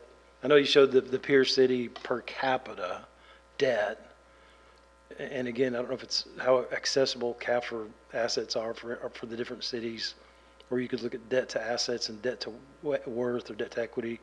And then just what does their general fund generate as far as cash flow every year? Because ultimately you're looking at how much debt can you afford, right? Because I'm an old finance guy, an old banker. I believe in debt. I think it can be a useful way to grow your city. And in Waco in particular, we've had a lot of deferred maintenance and that we're catching up on now. And I think the tough things for me and this council are, we've had a pretty ambitious streets program where we want to get that pavement condition, PCI pavement condition index back up. Yes, where we're in the low 40s trying to get it back up to 75. That's not cheap. That's expensive, and we can't do that with just raising taxes. We got to use leverage to make that work. And I don't think the citizens of District 5 want to really slow down better streets, better sidewalks, better bridges, better roads. But I do want to just make sure that we're, again, not loading the balance sheet up with debt. Right now, as you mentioned, the lowest rates in history. I think it makes a lot of sense in this fiscal budget to put some debt on the balance sheet. But we need to, as other councilmen have said here, look at it annually. I don't think any of us want to make a commitment to borrow, $40 million this year, $45 million next year, and all like that. Right. It's something that needs to be reviewed every year, because if rates, as Fed has signaled, go up at the end of next year, we might not be in the same position, because your ratio here shows, I think, P and I together, right? And as that I part of that goes up, that part goes up whether you borrow the money or not. I mean, again, these are fixed, I don't want to get too in the weeds here, but these are fixed rate instruments for fixed, buying. yes. So we don't have to worry about the variability of future rates. That's correct. Which is all the more reason why this year kind of makes sense. I think our balance sheet is probably in the best shape it's ever been, as far as having the assets, having the reserves at the level we have them, having some excess liquidity where we have it, and then with the need of improving the infrastructure. I think it all kind of rolls together. As we talk about, and we've talked about this before, but an optimal O&M portion of your general fund versus debt service function. And I know it probably varies, and it depends on what capacity you have and what needs you have. But it might help us, me anyway, to what is an optimal, what should we be looking at as an optimal ratio? 80-20 is what we roughly where we're at right now, right? Or is it 85-15 is kind of where we've been running. 83-17. But for us to kind of push push that up to 75-25, I don't know, it starts feeling wobbly to me. And I want to make sure that we're thoughtful in every way here in our debt planning. Absolutely. And again, I also want to do this in the context of some tax rate relief this year. And again, it's a push-pull. We've got so much deferred maintenance in the roads, streets, bridges, and everything. You said infrastructure. That's not only above ground, but below ground, water, wastewater treatment, all over the city, and the growing city that we've got, and the wonderful place that we're in right now. That's right. But just the push-pull of tax rate relief versus continuing this. And at some point, I keep saying ambitious, but it's not that ambitious. We're just trying to keep up, right? That's right. Which Yes, sir. right now is it's requiring this kind of consideration of taking on additional leverage. But anyway, I appreciate your support. I'll follow up with you on just getting Pierce City ideas on how much debt are they carrying in the context of assets per se. And Sure. Janice, maybe you can help me with that. Yeah, we'll work And with the the cash finance for team to get you deal. that. So, thank you, Paul, thank you, staff, for this information. I had a thought when you were talking, Jim, about the peer cities, right? And if they're working with, the city's financial planner, who I assume works with other cities, maybe they have some context as to, what other cities are doing and how they're doing it when they made the recommendation for this aggressive plan. So yes, we need the information, but I was like, maybe they were giving some consideration to what other cities, their debt to assets ratios are. So just that, not the banker running around in the head. This is so much, and it's good, because I think where we are right now, again, echoing our fellow council members, this is not going to get much of a better time than this to be a little bit more aggressive in how we're doing things. I always think, what's the doomsday scenario, as the cautious optimistic. But the good news is we are reviewing this annually. So the floor will not fall out up under us, because we will have the ability to look at it and say, eek, pause. Let's do this another way. So I think with all of the things that we're working on, our commitment to our deferred maintenance, getting to a better place, and then with all the extra things that are happening that we have to make shifts and adjustment with, i.e. plains, floodplains, and things. This is a time to front load, if you will, our capacity and where we are. So I thank you for, again, blowing the box up. And none of this is considering any additional resources that may fall from the federal manna. So none of that is considering that. So if we do this, if we make these a little more aggressive but forward-thinking moves now, and a low for two falls, then that just puts Waco in a better position. And so I'm supportive of this, with the understanding that we've got a safety net in looking at it annually. We are at the recommendation of the people who are paid to manage our money. And with the support of staff that's always looking down the road. So I appreciate that. Yes, ma'am. Yeah, Paul, thank you so much for this presentation, and of course grateful to city management, city staff that's worked on this and has been kind of moving in this direction for a while, as well as our current council and previous councils that are looking to step this up. And as kind of a risk-averse lawyer who's not always comfortable with taking on a lot of debt, I do think that now is the time to strike in terms of where interest rates are and where we're positioning. And so I think you've made this clear to me, and although I'm someone that does not usually plan 6 years plus in advance in my life, I think I'm ready. I'm on board. So all right, let's do this. Great. Thank you, Councilman. Thanks, Paul, and all of your staff for your hard work and your creativity and innovation on this. We might not have these ready, and this just came to me, but do you know, can you remind us, if you know off the top of your head, what we've budgeted for our street program this year? Do you recall by chance? The CIP dollars? Yep. Around 30 million. 10 of that was 2 streets, Mars and Old Hewitt.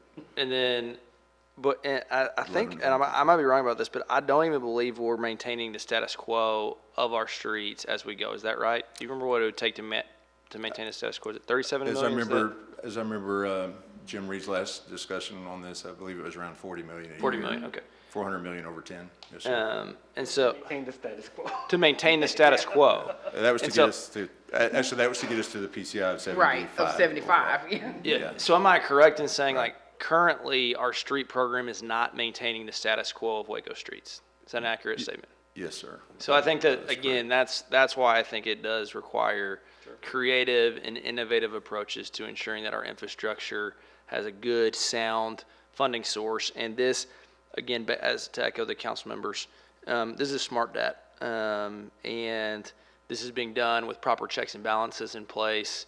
We were getting wise counsel outside of the four walls of City Hall. And again, this is, as you referenced, there are requirements on how cities maintain not only debt, but their entire budget that should make members of the community feel like this is a smart and strategic step towards building our infrastructure program. So I appreciate it. I echo what's been said. I look forward to, again, continuing to monitor and make sure we are good stewards of our taxpayer dollars. But this seems to be a really smart way for us to build out that infrastructure and get it beyond maintaining the status quo, but really being aggressive and bringing about the repairs needed to streets and other infrastructure. So thank you. Yes, sir. Anything else? That is it for me. Call for a future agenda item. Yeah. Are there any requests for future agenda items? Thank you, Mayor and Council. Thanks, Paul. I just wanted to see if we could think about something as we just recently celebrated the 4th of July. I know we probably all got some emails or phone calls about in-city fireworks ordinances. And as someone who, at the age of 8, may or may not have set their Aunt Fran and Uncle Matt's neighbor's field on fire. I know that within the city, and that was in rural Freestone County, that there's some concerns with safety, with noise, with responses to people with sensitivity issues to animals, et cetera.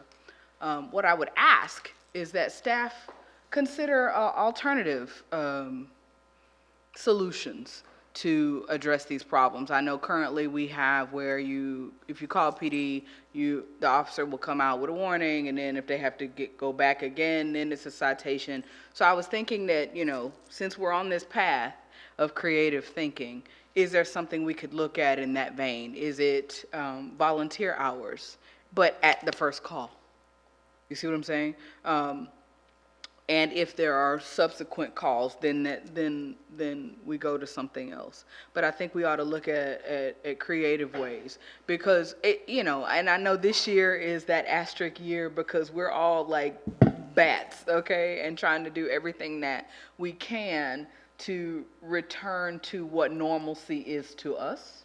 I think that we've got to make sure that we maintain the safety of our communities, because I know, again, the porch does not lie, and I sit on my porch a lot, and I know what I heard, heavens to Murgatroyds, it was ridiculous. But for us to say individually as council, well, we hear it too, that doesn't appease our citizens any more or any less. So I'm just asking that, we make a intentional attempt at looking at some alternatives. We'll bring you back a robust set of options. Thank you. Councilmember Barefield, I just want to know if Dr. Jackson knew of this so-called 8-year-old's actions. Oh, yeah. Oh, we were all out there. The sad, it's some stories I'll tell you. One that involved a frozen bottle of water, and you can't throw frozen water on a fire. So yeah, it's everybody knew. Everybody knew. Any other future agenda items? All right, we will now recess the work session and reconvene regular session for executive session as read into the record by our city secretary at 4:26 p.m. Notice is hereby given that the city council will go into executive session in accordance with the following provisions. 1, attorney briefing, Texas Open Meetings Act, Section 551.071, and real property, Texas Open Meetings Act, Section 551.072, boundary agreement negotiations with the city of Beverly Hills.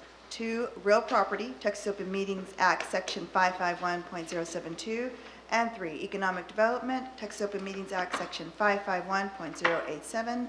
We are now in executive session at 4:26 p.m.